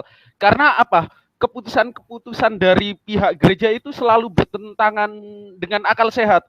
Contoh misal peristiwanya Galileo, di mana dia mengeluarkan sintesis yang nyata tentang bumi. Tetapi karena berlawanan dengan doktrin Alkitab, lalu para bapak-bapak gereja, para paus ngadain sayembara nih. Siapa yang bisa bunuh Galileo akan dapat hadiah dan lain sebagainya. Makanya gerakan Presence of Humanisme atau gerakan kemanusiaan itu muncul sebagai kritik terhadap gereja yang kala itu sangat otoriter sekali dan bertentangan dengan akal sehat. Kan itu fakta dan kita tidak bisa memunafikan fakta itu sendiri gitu. Betul, organisasi gereja sebagai organisasi pasti ada salahnya gitu kan. Memang benar dalam kasus Galileo itu juga ada salahnya, betul. Tidak itu kan sejarah pasti orang bisa menilai. Tapi sejarah juga reformasi dari gereja tahun 1517 itu kan dampaknya dirasakan oleh kita semua saat ini kan. Ketika ilmu pengetahuan dikuasai hanya oleh biara, akhirnya kan buntu kan. Ketika direformasi 1517, setelah itu kan zaman Aufklärung kan, zaman pencerahan. Setelah itu kan ilmu pengetahuan berkembang ya, orang-orang Kristen juga yang menjadi penemu-penemu kan, Isaac Newton dan lain sebagainya, mereka adalah penemu-penemu yang luar biasa kan. Gitu. Ya, tapi kan. Mereka juga orang-orang Kristen tentu. Kebanyakan mereka filsuf loh, para penemu-penemu itu misalnya seperti Isaac Newton itu seorang filsuf juga ya kan. Terus ini Pascal juga seorang filsuf dan yang lain-lain yang backgroundnya itu memang mereka kayak Da Vinci dan lain sebagainya, mereka kebanyakan itu memang bertumbuh secara Kristen gitu. Ya itulah hikmat dari Tuhan itu. Eranya udah memasukin. Ya artinya kan tadi kita ketahui ilmu pengetahuan dikuasai oleh biara kan. Ya kan di biara itu seolah ilmu itu hanya orang-orang yang masuk biara, yang pinter, yang bisa ya itu kan dikuasai oleh mereka kan. Tapi itulah puji Tuhan tanggal 31 Oktober 1517 itu Martin Luther dia menyampaikan reformasi gereja dan menjadi itu tonggak sejarah juga untuk reformasi di ilmu pengetahuan dan sebagainya. Itu kan disebut dengan masa pencerahan kan gitu, sehingga ilmu pengetahuan makin berkembang ya, juga orang-orang Kristen juga yang berdasarkan hikmat Tuhan. Tentunya tadi saya bilang sebagian banyak itu adalah para filsuf juga yang menjadi penemu-penemu untuk ilmu pengetahuan gitu loh. Jadi kan masanya Kristen itu udah habis lah kemarin itu gitu, ketika ada kekaisaran dan lain sebagainya, agama dijadikan alat kekuasaan, ya itu memang ada masanya seperti itu gitu. Tapi setelah itu puji Tuhan sekarang kan enggak lagi. Gitu. Oke, ada yang mau tanggapi? Jangan nanti gua yang kuasai pula. Ya Ustadz Unggul dulu deh, silakan Ustadz Unggul. Ya nggak khusus menanggapi Bang Jo ya, Bang Jose, tapi secara umum lah. Pertama-tama, Assalamualaikum warahmatullahi wabarakatuh. Kepada Bang Julius, Pendeta Abednego, Gurunda Sanihu Munir, Abangku Hen Bacai, More Reski, Abangku Jose, dan Iwan Villa di live chat. Ngebut ya karena banyak, tapi supaya cepat lah. Yang pertama, mari kita kaji secara lintas agama. Bahwa Adam digoda oleh Satan, ya, itu konsep Kristen sama dengan Islam. Tetapi di dalam Islam itu dijelaskan bahwa Nabi Adam memohon ampun kepada Allah dan Allah Maha Pengampun, langsung diampuni. Dosa permohonan ampunnya sampai sekarang kita baca karena termaktub di dalam Al-Qur'an. Lalu Allah memberi bekal kepada Adam dan anak keturunannya bahwa Syaitan itu adalah musuh yang nyata. Tetapi di dalam konsep kekristenan ya, di ujung jalan justru setan menjadi penyelamat penghapusan dosa. Ini secara logika ya, Tuhan itu tidak bisa dipikir secara akal logika semata ya. Harus dua, ada iman dan ada logikanya juga. Kalau setan yang pertama menyesatkan, lalu tiba-tiba di ujung menjadi pahlawan dengan merasuki Yudas. Jadi secara logika, setan yang merasuki Yudas beserta hansip-hansip Romawi, itu mereka pahlawan-pahlawan loh. Tanpa mereka tidak ada penyaliban. Tanpa penyaliban tidak ada penghapusan dosa. Nah ini sebuah konsep ya. Kemudian mengenai Konstantin ya. Kita lihat sejarahnya, betul yang dikatakan Bang Julius, betul yang dikatakan Bang Jose, betul yang dikatakan Pendeta Goldian, tapi saya mau memerinci lebih dalam lagi. Permainan politik antara gereja-gereja awal ya dengan kekaisaran, dengan kerajaan itu sangat ketat dan keras. Bahkan dalam perjalanannya nanti tidak ada raja yang disahkan menjadi raja tanpa persetujuan dari Roma atau Vatikan. Nah ini jadi betapa kentalnya. Karenanya pihak pemerintahan memisahkan. Gereja dipisahkan dengan para raja-raja. Mereka tidak mau diatur lagi oleh Roma. Para ilmuwan ya. Ini mohon maaf Bang Jose, karena mereka meninggalkan Bible, justru mereka berilmu. Sebaliknya umat Islam dari telanjang kaki nyeker penggembala tiba-tiba membangun peradaban yang besar, menemukan alkemi atau kimia, menemukan algebra atau aljabar yang nanti dipakai oleh Newton dan Pascal sampai sekarang ini. Leeuwenhoek itu penyaduran, sebenarnya penemu mikroskop itu ilmuwan Islam, penemu lensa, penemu penerbangan bukan Wright Brothers dan seterusnya dan seterusnya. Tetapi ketika Islam diadu domba, dipecah belah oleh satu kekuatan besar, jangan sampai Islam bersatu. Ketika umat Islam sudah meninggalkan Al-Quran dan Al-Sunnah, kita menjadi bodoh. Bodohnya adalah tercerai-berai, lupa lagi sejarah kita. Saya rasa begitu ya, ininya sebagai openingnya Bang Julius. Thank you, standby lagi. Oke, dari Ustadz Sani Munir ada yang mau ditambahin? Halo. Oke, mungkin jauh dari perangkat. Bang Rizky? Atau... Lanjut. Oke, mungkin dari Bang Rizky atau Goldian? Goldian dulu. Nanti saya tunjukin keterangan yang tadi kata Ustadz Unggul, nambahkan dari kitab namanya Muqaddimah karya Ibnu Khaldun, itu juga seorang ilmuwan Islam. Goldian dulu deh, silakan. Oke. Gol. Oke, kalau enggak saya mau bilang satu hal ya. Saya paling salut dengan julukan dari mantan Perdana Menteri dari Malaysia ya, Mahathir, yang sekarang lagi sakit ya, lagi masuk rumah sakit, dan kita doakan semoga cepat sembuh. Ya, Perdana Menteri Malaysia ini luar biasa nih ya, Mahathir ini ya, karena dia punya julukan tuh paling lengkap. Dia itu the king, dia itu kingmaker dan the king slayer. Ya, dia itu dulu pernah jadi penguasa, pernah jadi raja atau jadi pemimpin tertingginya Malaysia ya, Perdana Menteri.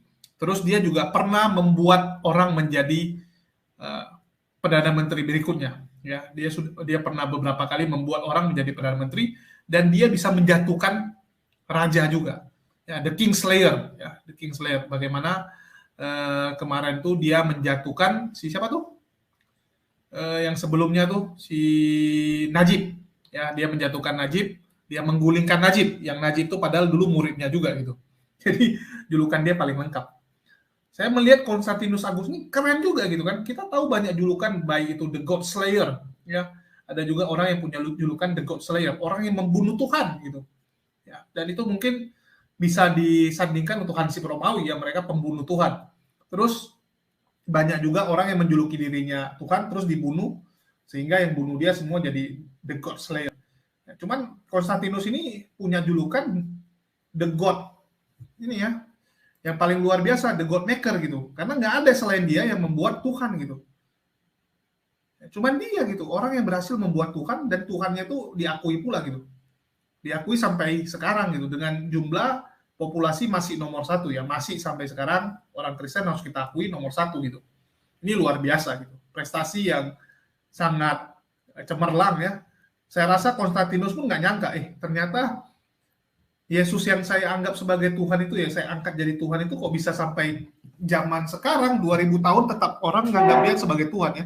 Sudah 2000 tahun masih diakui gitu. Saya rasa dia pun terkejut gitu kan. Begitu juga dengan Hansip-Hansip Romawi dulu yang mensalibkan Yesus. Kalau mereka masih hidup, mereka pasti akan bingung. Yo, ini orang yang kita salibkan sekarang jadi Tuhan, coy. Udah 2000 tahun dan makin banyak pula orang yang jadi pengikutnya gitu. Ya. Oke, mungkin dari Bang Rizky sudah bisa, Bang. Silakan, Bang.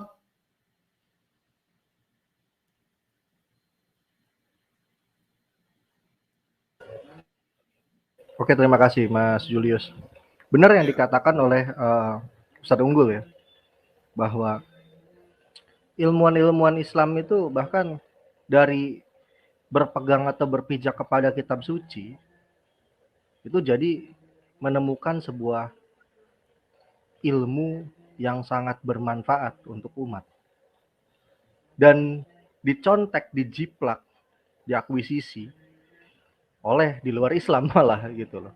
Seperti contoh gini loh, para pakar-pakar sosial ya, pakar-pakar ilmu sosial dari kalangan Barat itu banyak mengadopsi pemikiran-pemikiran ahli ilmu sosial dari kalangan Muslim, yakni siapa? Ibnu Khaldun namanya.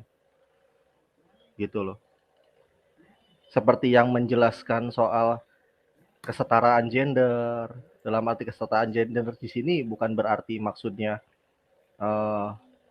antara wanita dengan pria itu harkat martabatnya itu lebih tinggi perempuan, lalu laki-laki kalah atau yang mendominasi itu perempuan, nggak demikian. Tapi penyetaraan gender di sini secara sosial gitu loh konteksnya, bahwa laki-laki dan perempuan memiliki derajat yang sama, dan itu ditanamkan oleh orang-orang Barat bahkan sampai kebablasan jadi liberal. Dasarnya dari mana? Dari Ibnu Khaldun gitu loh, dari Ibnu Khaldun. Dan Ibnu Khaldun itu seorang Muslim, ahli sosial yang ada di jajaran ilmuwan Muslim.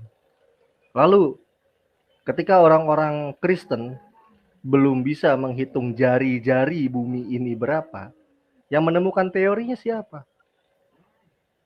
Al-Biruni. Bahkan di bulan sana, para ilmuwan-ilmuwan astronom dari NASA yang mayoritas Kristen itu menamai satu kawah di bulan itu dengan nama Kawah Al-Biruni. Dinamai di sana Kawah Al-Biruni namanya. Karena kenapa? Kiprahnya begitu besar bagi keilmuan, bagi dunia sains di dunia ini, gitu. Tapi ada yang menarik sih, kalau misalkan saya juga nggak mengakui ya, dari kalangan Kristen juga banyak. Maksudnya di sini ilmuwan mungkin banyak ya, ilmuwan sains itu banyak dari kalangan Barat juga. Tapi yang konteksnya dia rohaniawan juga teknokrat juga saintis gitu loh, yang saya klasifikasi. Kayak contoh mungkin misalkan ada Thomas Alva Edison, tapi dia bukan seorang rohaniawan gitu. Tapi kalau kita bicara ilmuwan Islam, mereka semua rohaniawan gitu, seperti Ibnu Khaldun, Ibnu Sina, Al-Biruni. Itu mereka ahli kitab juga gitu loh, seorang rohaniawan. Nah, lalu saya mendapat sebuah artikel, dan artikel ini memang sudah lama saya dapat ya. Sebentar, mungkin saya bisa share screen, coba tar dulu. Saya cari dulu ininya apa namanya, filenya. Terkait soal penemu teori Big Bang. Nah, itu penemu teori Big Bang ini bukan orang Muslim, tapi orang Katolik, seorang pastor. Saya sih fair-fair aja gitu, fair-fairan aja. Coba mana ya? Namanya kalau saya nggak hilaf ya, George Lematire namanya. Dia orang Katolik, pastor Katolik dari Belgia kalau nggak salah ya, Namanya George kalau nggak salah apa John ya, pokoknya belakangnya Lematire. Nah, dia itu menghipotesakan teori Big Bang ini melihat kitab Kejadian pasal 1 ayat 1. Tapi yang nggak ketemu saya ya, sayang orangnya udah meninggal. Orang yang nggak meninggal pengen saya bisa bincang dengan beliau, saya tanya gitu loh. Kok bisa beracuan pada kitab Kejadian untuk membayangkan teori Big Bang sampai dicetuskan teori Big Bang olehnya gitu. Berpijak pada kitab Kejadian. Soalnya nanti nggak nyambung. Karena kenapa? Penjelasan penciptaan matahari dan bulan itu bagaimana gitu loh. Nantinya ke sana arahnya, karena ada nggak sinkronnya gitu loh. Siang dan malam sudah ada, sedangkan mataharinya sudah ada baru ada di hari keempat, sedangkan siang malam sudah ada di hari pertama gitu loh. Dan itu nggak bisa dijelaskan secara sains. Bahkan kalau orangnya masih ada, saya pengen nanya itu gitu loh kepada beliau, seperti itu. Nah sekarang kalau ilmuwan yang ada di kalangan Kristenan, bahkan yang dekat sekali dengan lingkungan gereja Katolik, itu siapa? Galileo Galilei. Bahkan ada bukunya, kebetulan saya punya buku curhatan Galileo Galilei ketika dia sangat kecewa dengan gereja. Karena ilmu pengetahuan yang dia miliki itu bahkan bertentangan dengan gereja dan berakhir dia dihukum oleh gereja gitu loh, seperti itu sampai akhir hayatnya. Nah, mungkin itu tambahannya Mas Julius, menambahkan dari yang disampaikan oleh Ustadz Unggul. Terima kasih, saya kembalikan. Oke, dari Bang Jose mau ditanggapi? Iya, mau ditanggapi sedikit aja. Jadi memang Galileo Galilei itu memang kalau orang ateis bilang, yang nemuin ginilah. Intinya kita bersyukur bahwa yang menemukan dan membuktikan bahwa heliosentris ya, bahwa bumi mengitari matahari itu kita bersyukur ditemukan oleh orang Kristen gitu ya kan, bukan oleh agama lain atau orang ateis gitu ya. Bisa terbayang ya kalau itu ditemukan oleh orang ateis ya, lalu bisa di framing, wah berarti agama selama ini salah gitu kan. Tapi kita bersyukur yang menemukan adalah orang yang beragama gitu, dan dia tidak mengingkari imannya gitu. Kita harus bersyukur tentang itu. Karena kalau tidak, wah bahaya, agama bisa akan hancur. Ya, jadi kita bersyukur. Nah, lalu yang ingin saya sampaikan tadi, memang sering kita berdebat dan ada tuduhan dari rekan Muslim bahwa yang menjadikan Tuhan itu the God Maker itu adalah para pengkhianat dan lain sebagainya, para murid yang mengkhianati ya. Tapi memang gini, sebenarnya saya juga sering sampaikan ada 7 golongan manusia atau 7 orang lah, 7 golongan dan orang yang berandil besar terhadap kematian Yesus ya. Yang pertama yang paling besar itu sebenarnya adalah Pontius Pilatus ya, karena Pontius Pilatus yang menjatuhkan vonis hukuman mati gitu. Karena hukuman mati itu kan harus dinyatakan oleh suatu badan resmi negara yang saat itu adalah memang dia penguasa dunia. Jadi memang Pontius Pilatus ini mengambil peranan sebagai perwakilan dari seluruh dunia yang menolak Yesus gitu. Kenapa Yesus mati itu di zaman Romawi, tidak di zaman sekarang atau zaman dulu dan lain sebagainya, tidak, tetapi di zaman ketika dunia di dalam suatu kekuasaan Romawi gitu. Itu sangat menarik sebetulnya. Karena Pontius Pilatus pun ragu dan dia sebetulnya tidak mau untuk menjatuhkan hukuman mati kepada Yesus, tapi akhirnya dia putuskan. Lalu yang kedua adalah para alim ulama yang memang dia menghasut rakyat dan bahkan membangun opini gitu ya. Sebentar Pak, jadi bukan kalau Yudas tentara Romawi itu kan hanya bagian kecil ya. Yang ingin saya sampaikan satu, Pontius Pilatus, alim ulama, tentara Romawi yang menangkap Yesus, murid Yesus meninggalkan Yesus, Yudas ya kan. Dan yang terakhir adalah umat manusia keseluruhan. Karena kematian Yesus itu yang mengambil peranan atau berandil itu adalah setiap manusia dan setiap generasi dari Adam sampai kepada nanti manusia terakhir yang menyebabkan kematian Yesus itu. Kenapa? Karena ketika manusia jatuh ke dalam dosa itu, Tuhan sudah memberikan solusi terhadap ini, gitu kan. Kita sering dengar, pasti teman-teman sering dengar proto-evangelium kan, Kejadian 3:15, bahwa kelak akan ada keturunan Hawa yang akan meremukkan kekuasaan iblis, tapi dia tumitnya dihancurkan, artinya ada pengorbanan dari Yesus Kristus itu. Jadi kematian Yesus itu kalau di framing adalah karena pekerjaan iblis, ya salah gitu. Karena setiap manusia itu yang berandil kepada kematian Tuhan gitu. Itu dulu yang bisa saya sampaikan, teman-teman. Tuhan mati. Ya, lanjut. Oke, silakan dari Ustadz Sanihur tadi mau tanggapi apa? Oh iya, makanya dalam pengakuan iman Kristen kan, pengakuan iman rasuli kita masukkan itu aku percaya kepada Yesus Kristus, anak yang tunggal Tuhan kita, yang dilahirkan dari yang dikandung oleh Roh Kudus, lahir dari Maria, menderita di bawah pemerintahan Pontius Pilatus. Jadi dalam pengakuan iman kita itu Pontius itu nggak salah juga Bang Jose. Kalau nggak dikibusin atau nggak ditangkap juga dia bisa lari gitu ke negara lain atau lari ke wilayah yang bukan wilayah Romawi gitu. Saat itu kan Romawi nggak semua. Kalau dia larinya ke Indonesia atau ke Cina, ya selamat juga dia sebenarnya ya. Atau ke India kayak gitu kan. Masih bisa lari. Betul. Tapi kan ternyata Yesus itu harus menggenapi yang tertulis tentang dia kan. Di dalam Yesaya 53, Mazmur 22 dan lain sebagainya kan.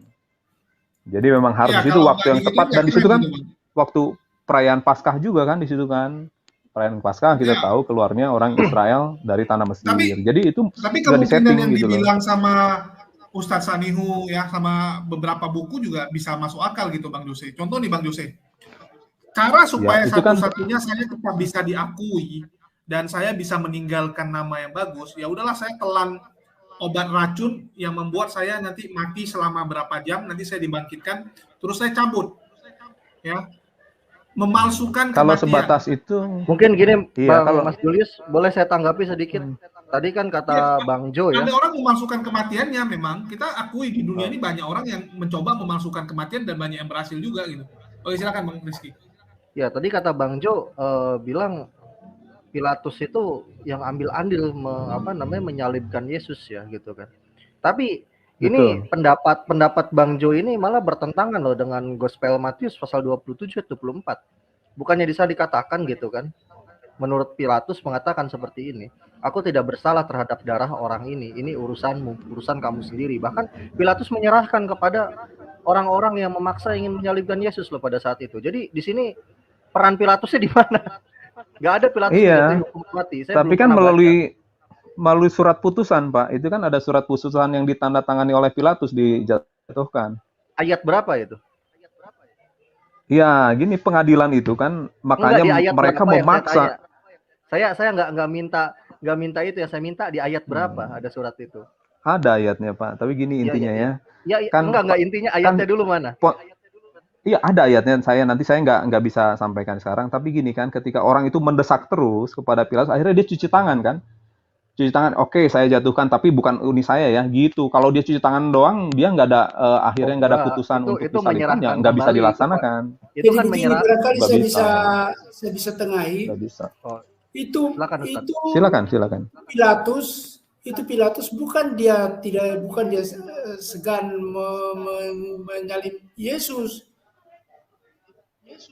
Gubernur Pilatus itu dia cari-cari Yesus. Karena apa? Karena dia selalu memimpin pasukan yang dianggap oleh Romawi itu teroris untuk menghadang jalur suplai Romawi. Jadi bawa makanan, bawa apa segala macam dirampas sama Yesus di tengah jalan. Malah dibunuh itu tentara-tentara Romawi. Itu datanya dari mana, Ustaz Sarius? Hah? Itu ada datanya? Ada. Oke. Itu data dari mana ya kalau Yesus dan pasukannya atau pengikutnya menghadang suplai logistiknya tentara Romawi gitu? Saya nanti lihat di indeks kristologi saya, di situ ada bukunya. Oke, siap. Dia mempunyai pasukan 900 pasukan yang 900 pasukan yang pasukannya Yesus. Iya. Yesus itu kan makanya oleh mereka ada sebagai malahan dalam buku Michael Bagan dan Richard ini apa? Iya, memang dianggap waktu itu Yesus tuh sebagai pemberontak gitu kan, dianggap sebagai tokoh yang memberontak. Terlepas dari itu benar apa enggak, tapi rumor itu terhembus. Rumor kalau Yesus ini bukan rumor. Ini lihat di Paula Fredrickson, Jesus of Nazareth, King of the Jews. Itu memang dia dicari. Makanya sudah ditunggu memang untuk datang di Yerusalem. Sudah ditangkap di situ. Dan itu bukan katakan bahwa Pontius Pilatus kejam itu. Referensinya ada. Saya tidak bicara sembarangan. Jadi Pilatus itu sudah cari-cari Yesus. Nah, ketika ditangkap, itu kan yang menulis Injil itu kan, yang menulis Gospel itu kan pendukung Romawi. Tidak mungkin kesalahan penyaliban Yesus dijatuhkan kepada orang Romawi. Tetapi mereka menulis seperti dikatakan itu bahwa sebenarnya dia tidak ingin menyalib Yesus. Itu dusta itu. Nih, Pilatus yang ingin membebaskan Yesus adalah dusta. Coba dibuka ulang, Ustaz Sarius, coba share screen-nya dibuka ulang, karena di sini tampilannya cuman tampilan mau buka data. Oke. Sebentar.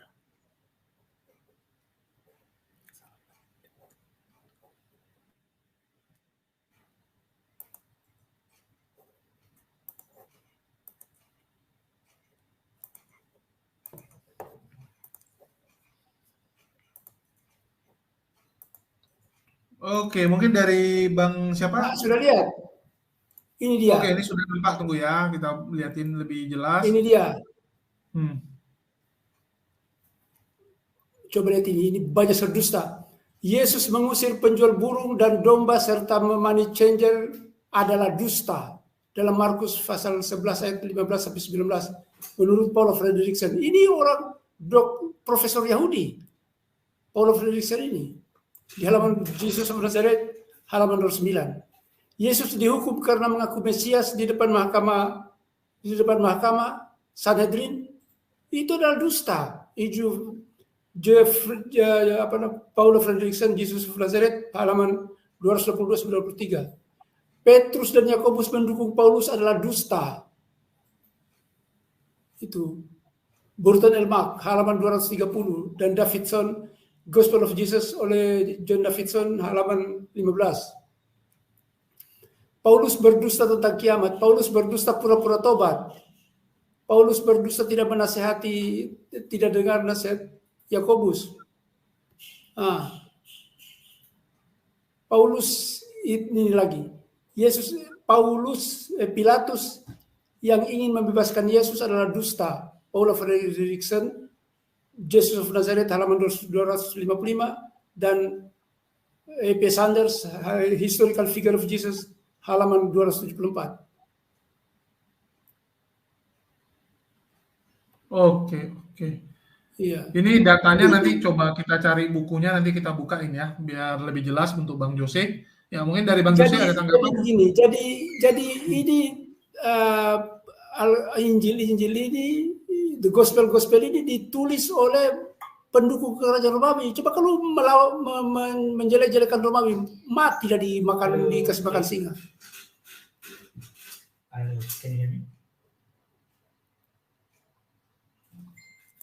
Hello Kim, can you hear me?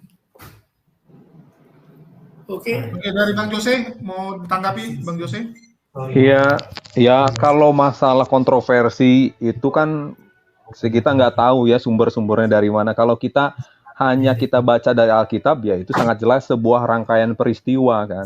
Jadi rangkaian peristiwa yang nanti juga ada implikasinya apa gitu kan. Bukan hanya begini katanya begitu katanya tidak. Ini kan urutannya ada gitu. Mulai dari kenapa dia disalibkan ya kan. Kenapa dia disalibkan gitu kan. Lalu setelahnya dia bangkit ya kan. Kalau disebut pura-pura mati ya karena ketika dia ditusuk oleh tombak itu kan dikatakan dengan jelas ada darah dan air yang keluar gitu kan. Biasanya dan menurut ilmu kedokteran juga kalau orang yang ditusuk yang keluar air itu udah menyatakan metabolisme tubuhnya udah berhenti gitu kan. Jadi keluar cairan itu. Jadi secara medis itu sangat mendukung bahwa Yesus itu benar-benar mati. Lalu kenapa Yesus mati katanya dengan cepat, yang lain belum mati kan?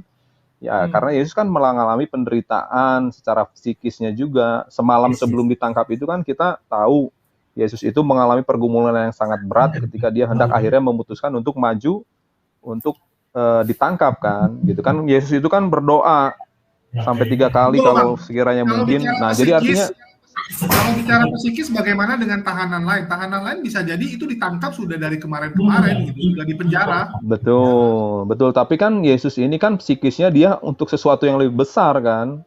Sesuatu yang lebih besar bagi umat manusia kan. Makanya kan dia Tuhan lemah gitu, saya juga bingung kalau gitu. Ya kan kita baca narasi dikatakan Yesus sangat ketakutan, peluhnya seperti tetesan darah. Dia karena kan orang yang stres itu kan, orang yang mengalami stres itu kan lebih daripada dipukulin dan lain sebagainya. Kita tahu lah, teman-teman juga tahu kalau orang yang stres tingkat tinggi bisa mati jantungan juga bisa kan gitu.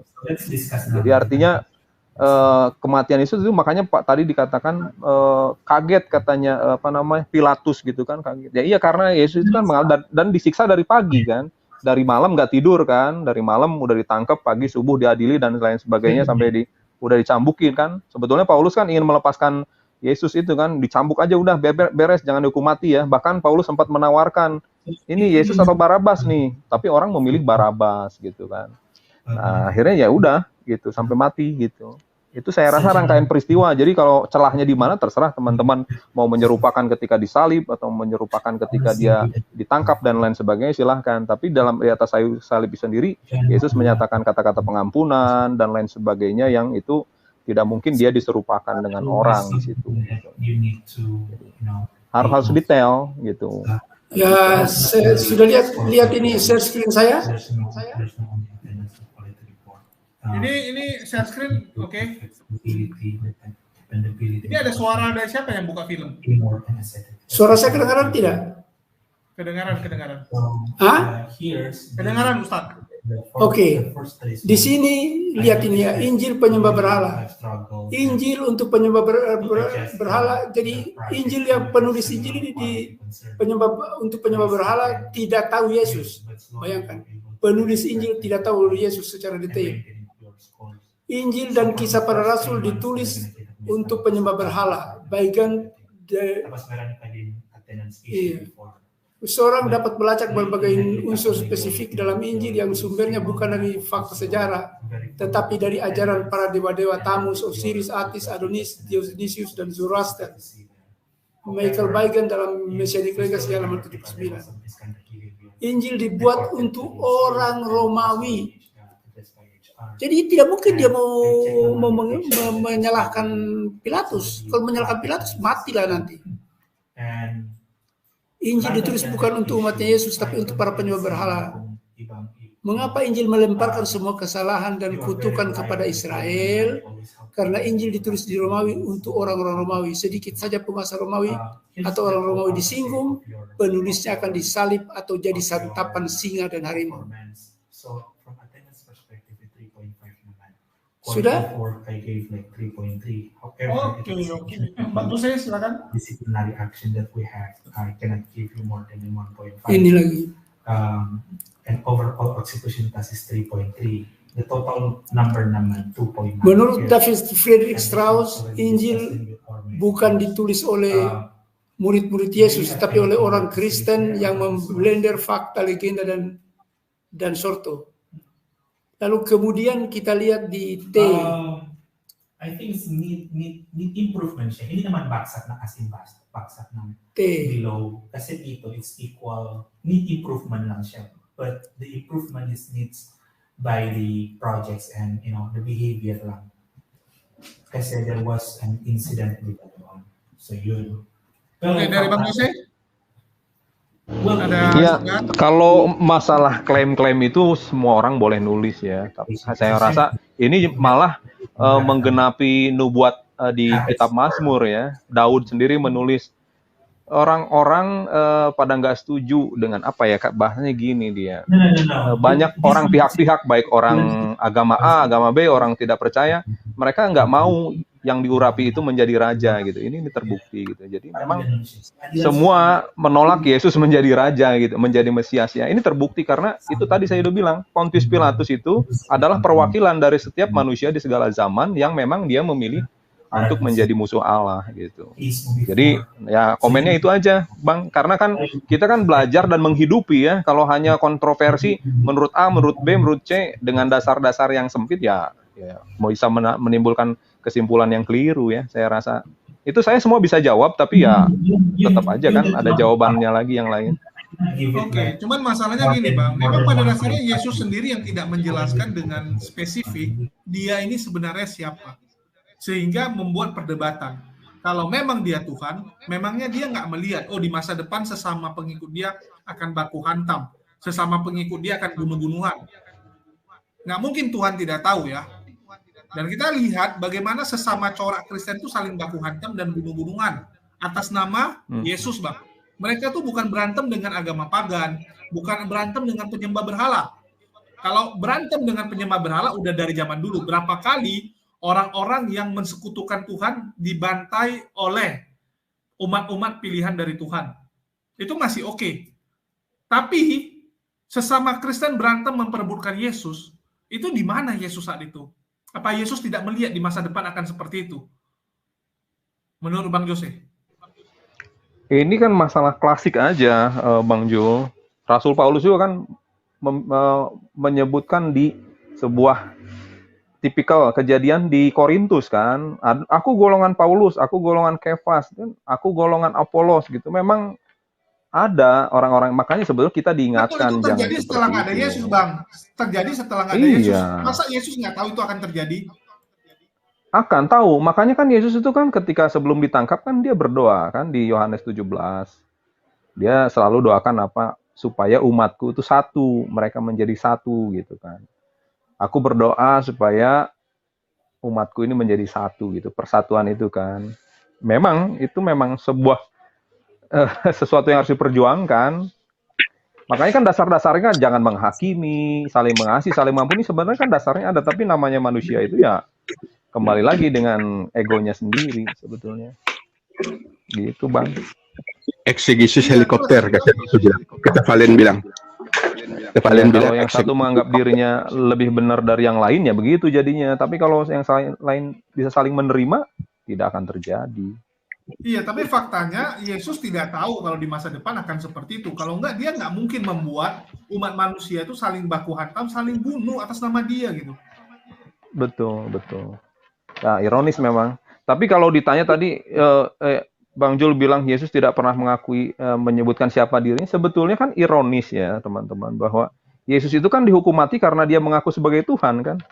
Dia dianggap menodai agama kan, dia melanggar pasal penistaan agama. Dia kan ketika dia bilang aku anak Allah kan langsung imam besar itu mengoyakkan jubahnya kan, buat apa kita butuh saksi lagi? Dia sudah menghujat Allah. Padahal Yesus mengatakan kejujuran, saya anak Allah, kan begitu. Ya itulah makanya saya bilang juga itu ironis sebetulnya. Barometernya agak susah Bang Jose. Lia Eden mengaku Tuhan. Kalau di masa depan banyak pengikutnya, maka akan muncul narasi seperti ini juga. Wah, banyak orang menentang Lia Eden menjadi Tuhan gitu. Ya kan kita bisa detail Lia Eden itu siapa, anak siapa, apa yang telah dia lakukan, ini itu kan pengajaran segala macam kan bisa kita detail.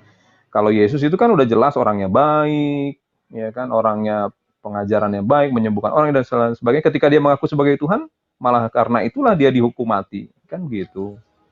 Dari mana Bang Jose tahu baik? Kadang-kadang yang nampak di layar ya, yang nampak di muka umum sama di belakang belum tentu sama Bang. Buktinya dia nggak diterima di kampungnya.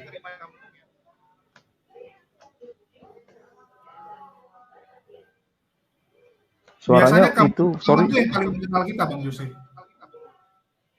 Suaranya kurang jelas, sorry.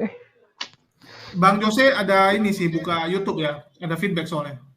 Itu share screen yang tadi. Oke, ini share screen yang mana lagi? Halo, teman-teman anak-anak sekalian, coba dilihat ini share screen sudah. Udah. Yesus pemberontak atau teroris.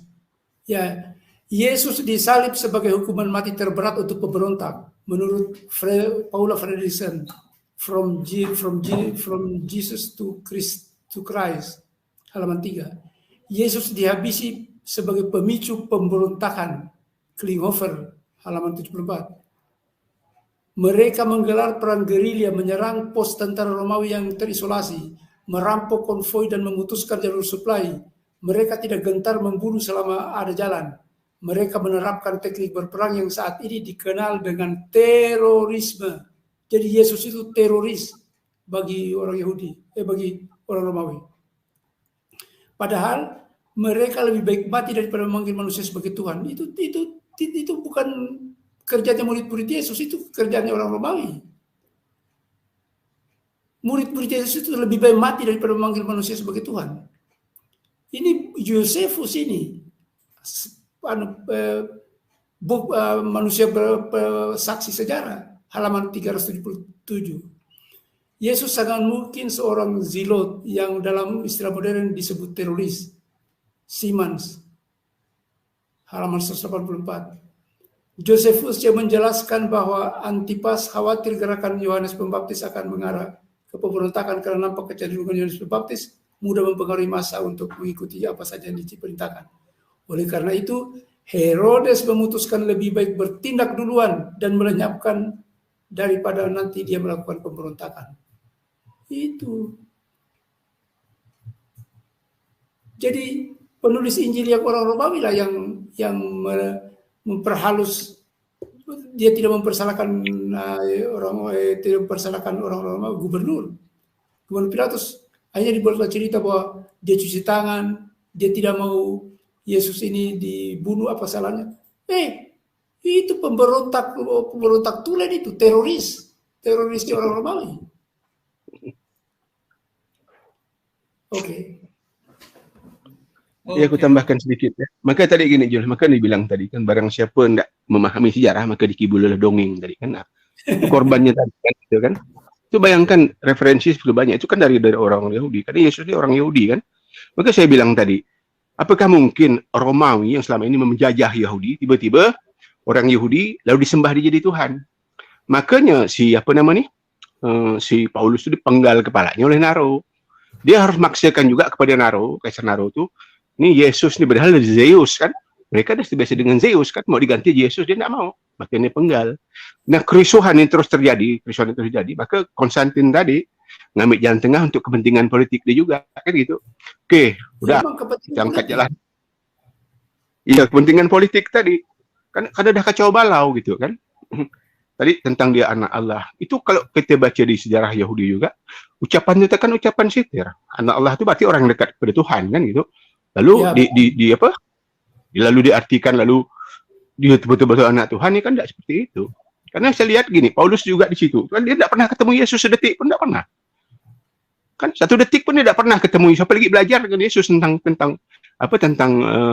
aturan atau hukum yang dibawa oleh Yesus ini. Maka dia mengatakan di Korintus itu, aku ini berbicara bukan berdasarkan firman Tuhan, tapi berdasarkan orang bodoh yang berkeyakinan. Kan gitu. Bagaimana permusuhan dia dengan Yakobus, permusuhan dia dengan Petrus, kan gitu. Dia cari pengikut Yesus ini amanah. Mereka mengajarkan bahwa Allah itu satu aja gitu. Ya, Yesus ini bukan Tuhan. Tapi Paulus ini yang membawa kepada orang-orang yang di luar dia gitu kan, di luar Yahudi itu sendiri. Maka dia tuh ngaku sendiri dia kan kalau dengan Yahudi dia pura-pura seperti Yahudi. Dia kan untuk memenangkan ini. Dia mengatakan dia pun berdusta kan, oleh dustaku kemuliaan Tuhan ini. Maksudnya kemuliaan Yesus ini bertambah. Kenapa aku masih dihukum? Dia bilang kan gitu. Banyak memang kata-kata Paulus di situ sendiri kan gitu. Maka baliklah kita ke sejarah. Ya kan kita ambil itu. Maka saya bilang domba-domba berotak keledai. Coba buka sedikit akal itu. Akal. Jangan imannya aja kayak Paulus kan. Aku berbicara bukan berdasarkan firman Tuhan, tapi sebagai orang bodoh yang berkeyakinan. Ini bahaya nih. Bahaya yakini aja. Nah, ditambah dengan doktrin yang udah luar biasa tadi itu. Ya kan? Bagaimana memaksakan orang harus menerima Kristen ini. Dulu kan Katolik itu. Nah, sampai datanglah Martin Luther. Ya kan? Itu para sejarawan nanti kan ada 7 juta itu dibantai. Setelah dengan Martin Luther juga ada 3 jutaan orang itu mati. Bayangkan, ya kan? Antara Katolik dan Protestan ini kan belum Protestan itu nanti pecah lagi sampai hari ini. Nah, jadi balik ke peradaban juga ya, nggak ada peradaban Kristen itu nggak ada. Yang ada tuh peradaban Barat, yang mereka tuh udah jadi sekuler, udah jadi liberal kan gitu, udah jadi agnostik, baru berkembang ilmu pengetahuan itu pun ngambil dari ilmu Islam tadi kan. Nah itu, oke skill yang lain lanjut, makasih. Oke, makasih ya. Mungkin dari Ustadz Unggul atau Bang Heri ya, dari tadi belum kebagian. Assalamualaikum buat Bang Heri yang hari ini menjadi Loli E. Assalamualaikum warahmatullahi wabarakatuh. Ya aku cuma menanggapin aja ya sedikit dari orang yang fakir ilmu nih. Yang pertama, aku juga bingung ada orang bangga gitu mengatakan tentang peradaban yang mengatakan bumi bulat itu bahwa orang Kristen saja malu. Kenapa? Yang mengatakan itu Galileo itu dikasih minum timah panas loh. Malu harusnya, itu sejarah kelam itu. Luar biasa itu. Itu bagaimana orang dimatikan dengan cara diminumkan dengan timah panas itu. Begitu kejamnya institusi gereja kan. Luar biasa itu.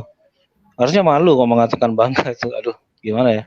Terus yang kedua, gimana kita mau percaya omongan orang? Tadi Moreh Rizky bertanya di mana ada dalam Bible itu tentang surat Pilatus itu. Dia nggak bisa jawab. Gitu. Bagaimana kita mempercayai omongan orang yang tidak punya dalil gitu kan? Aneh aja gitu. Jadi memalukan sebenarnya kalau dari pihak saya yang sebagai seorang tulab ini, seorang pembelajar ini, seorang yang masih fakir ilmu, bercerita tentang sebuah keyakinan, tapi keyakinan itu tidak ada dasarnya. Kita ngomong ngalor ngidul ditanya ayatnya di mana nggak tahu gitu. Aneh kan?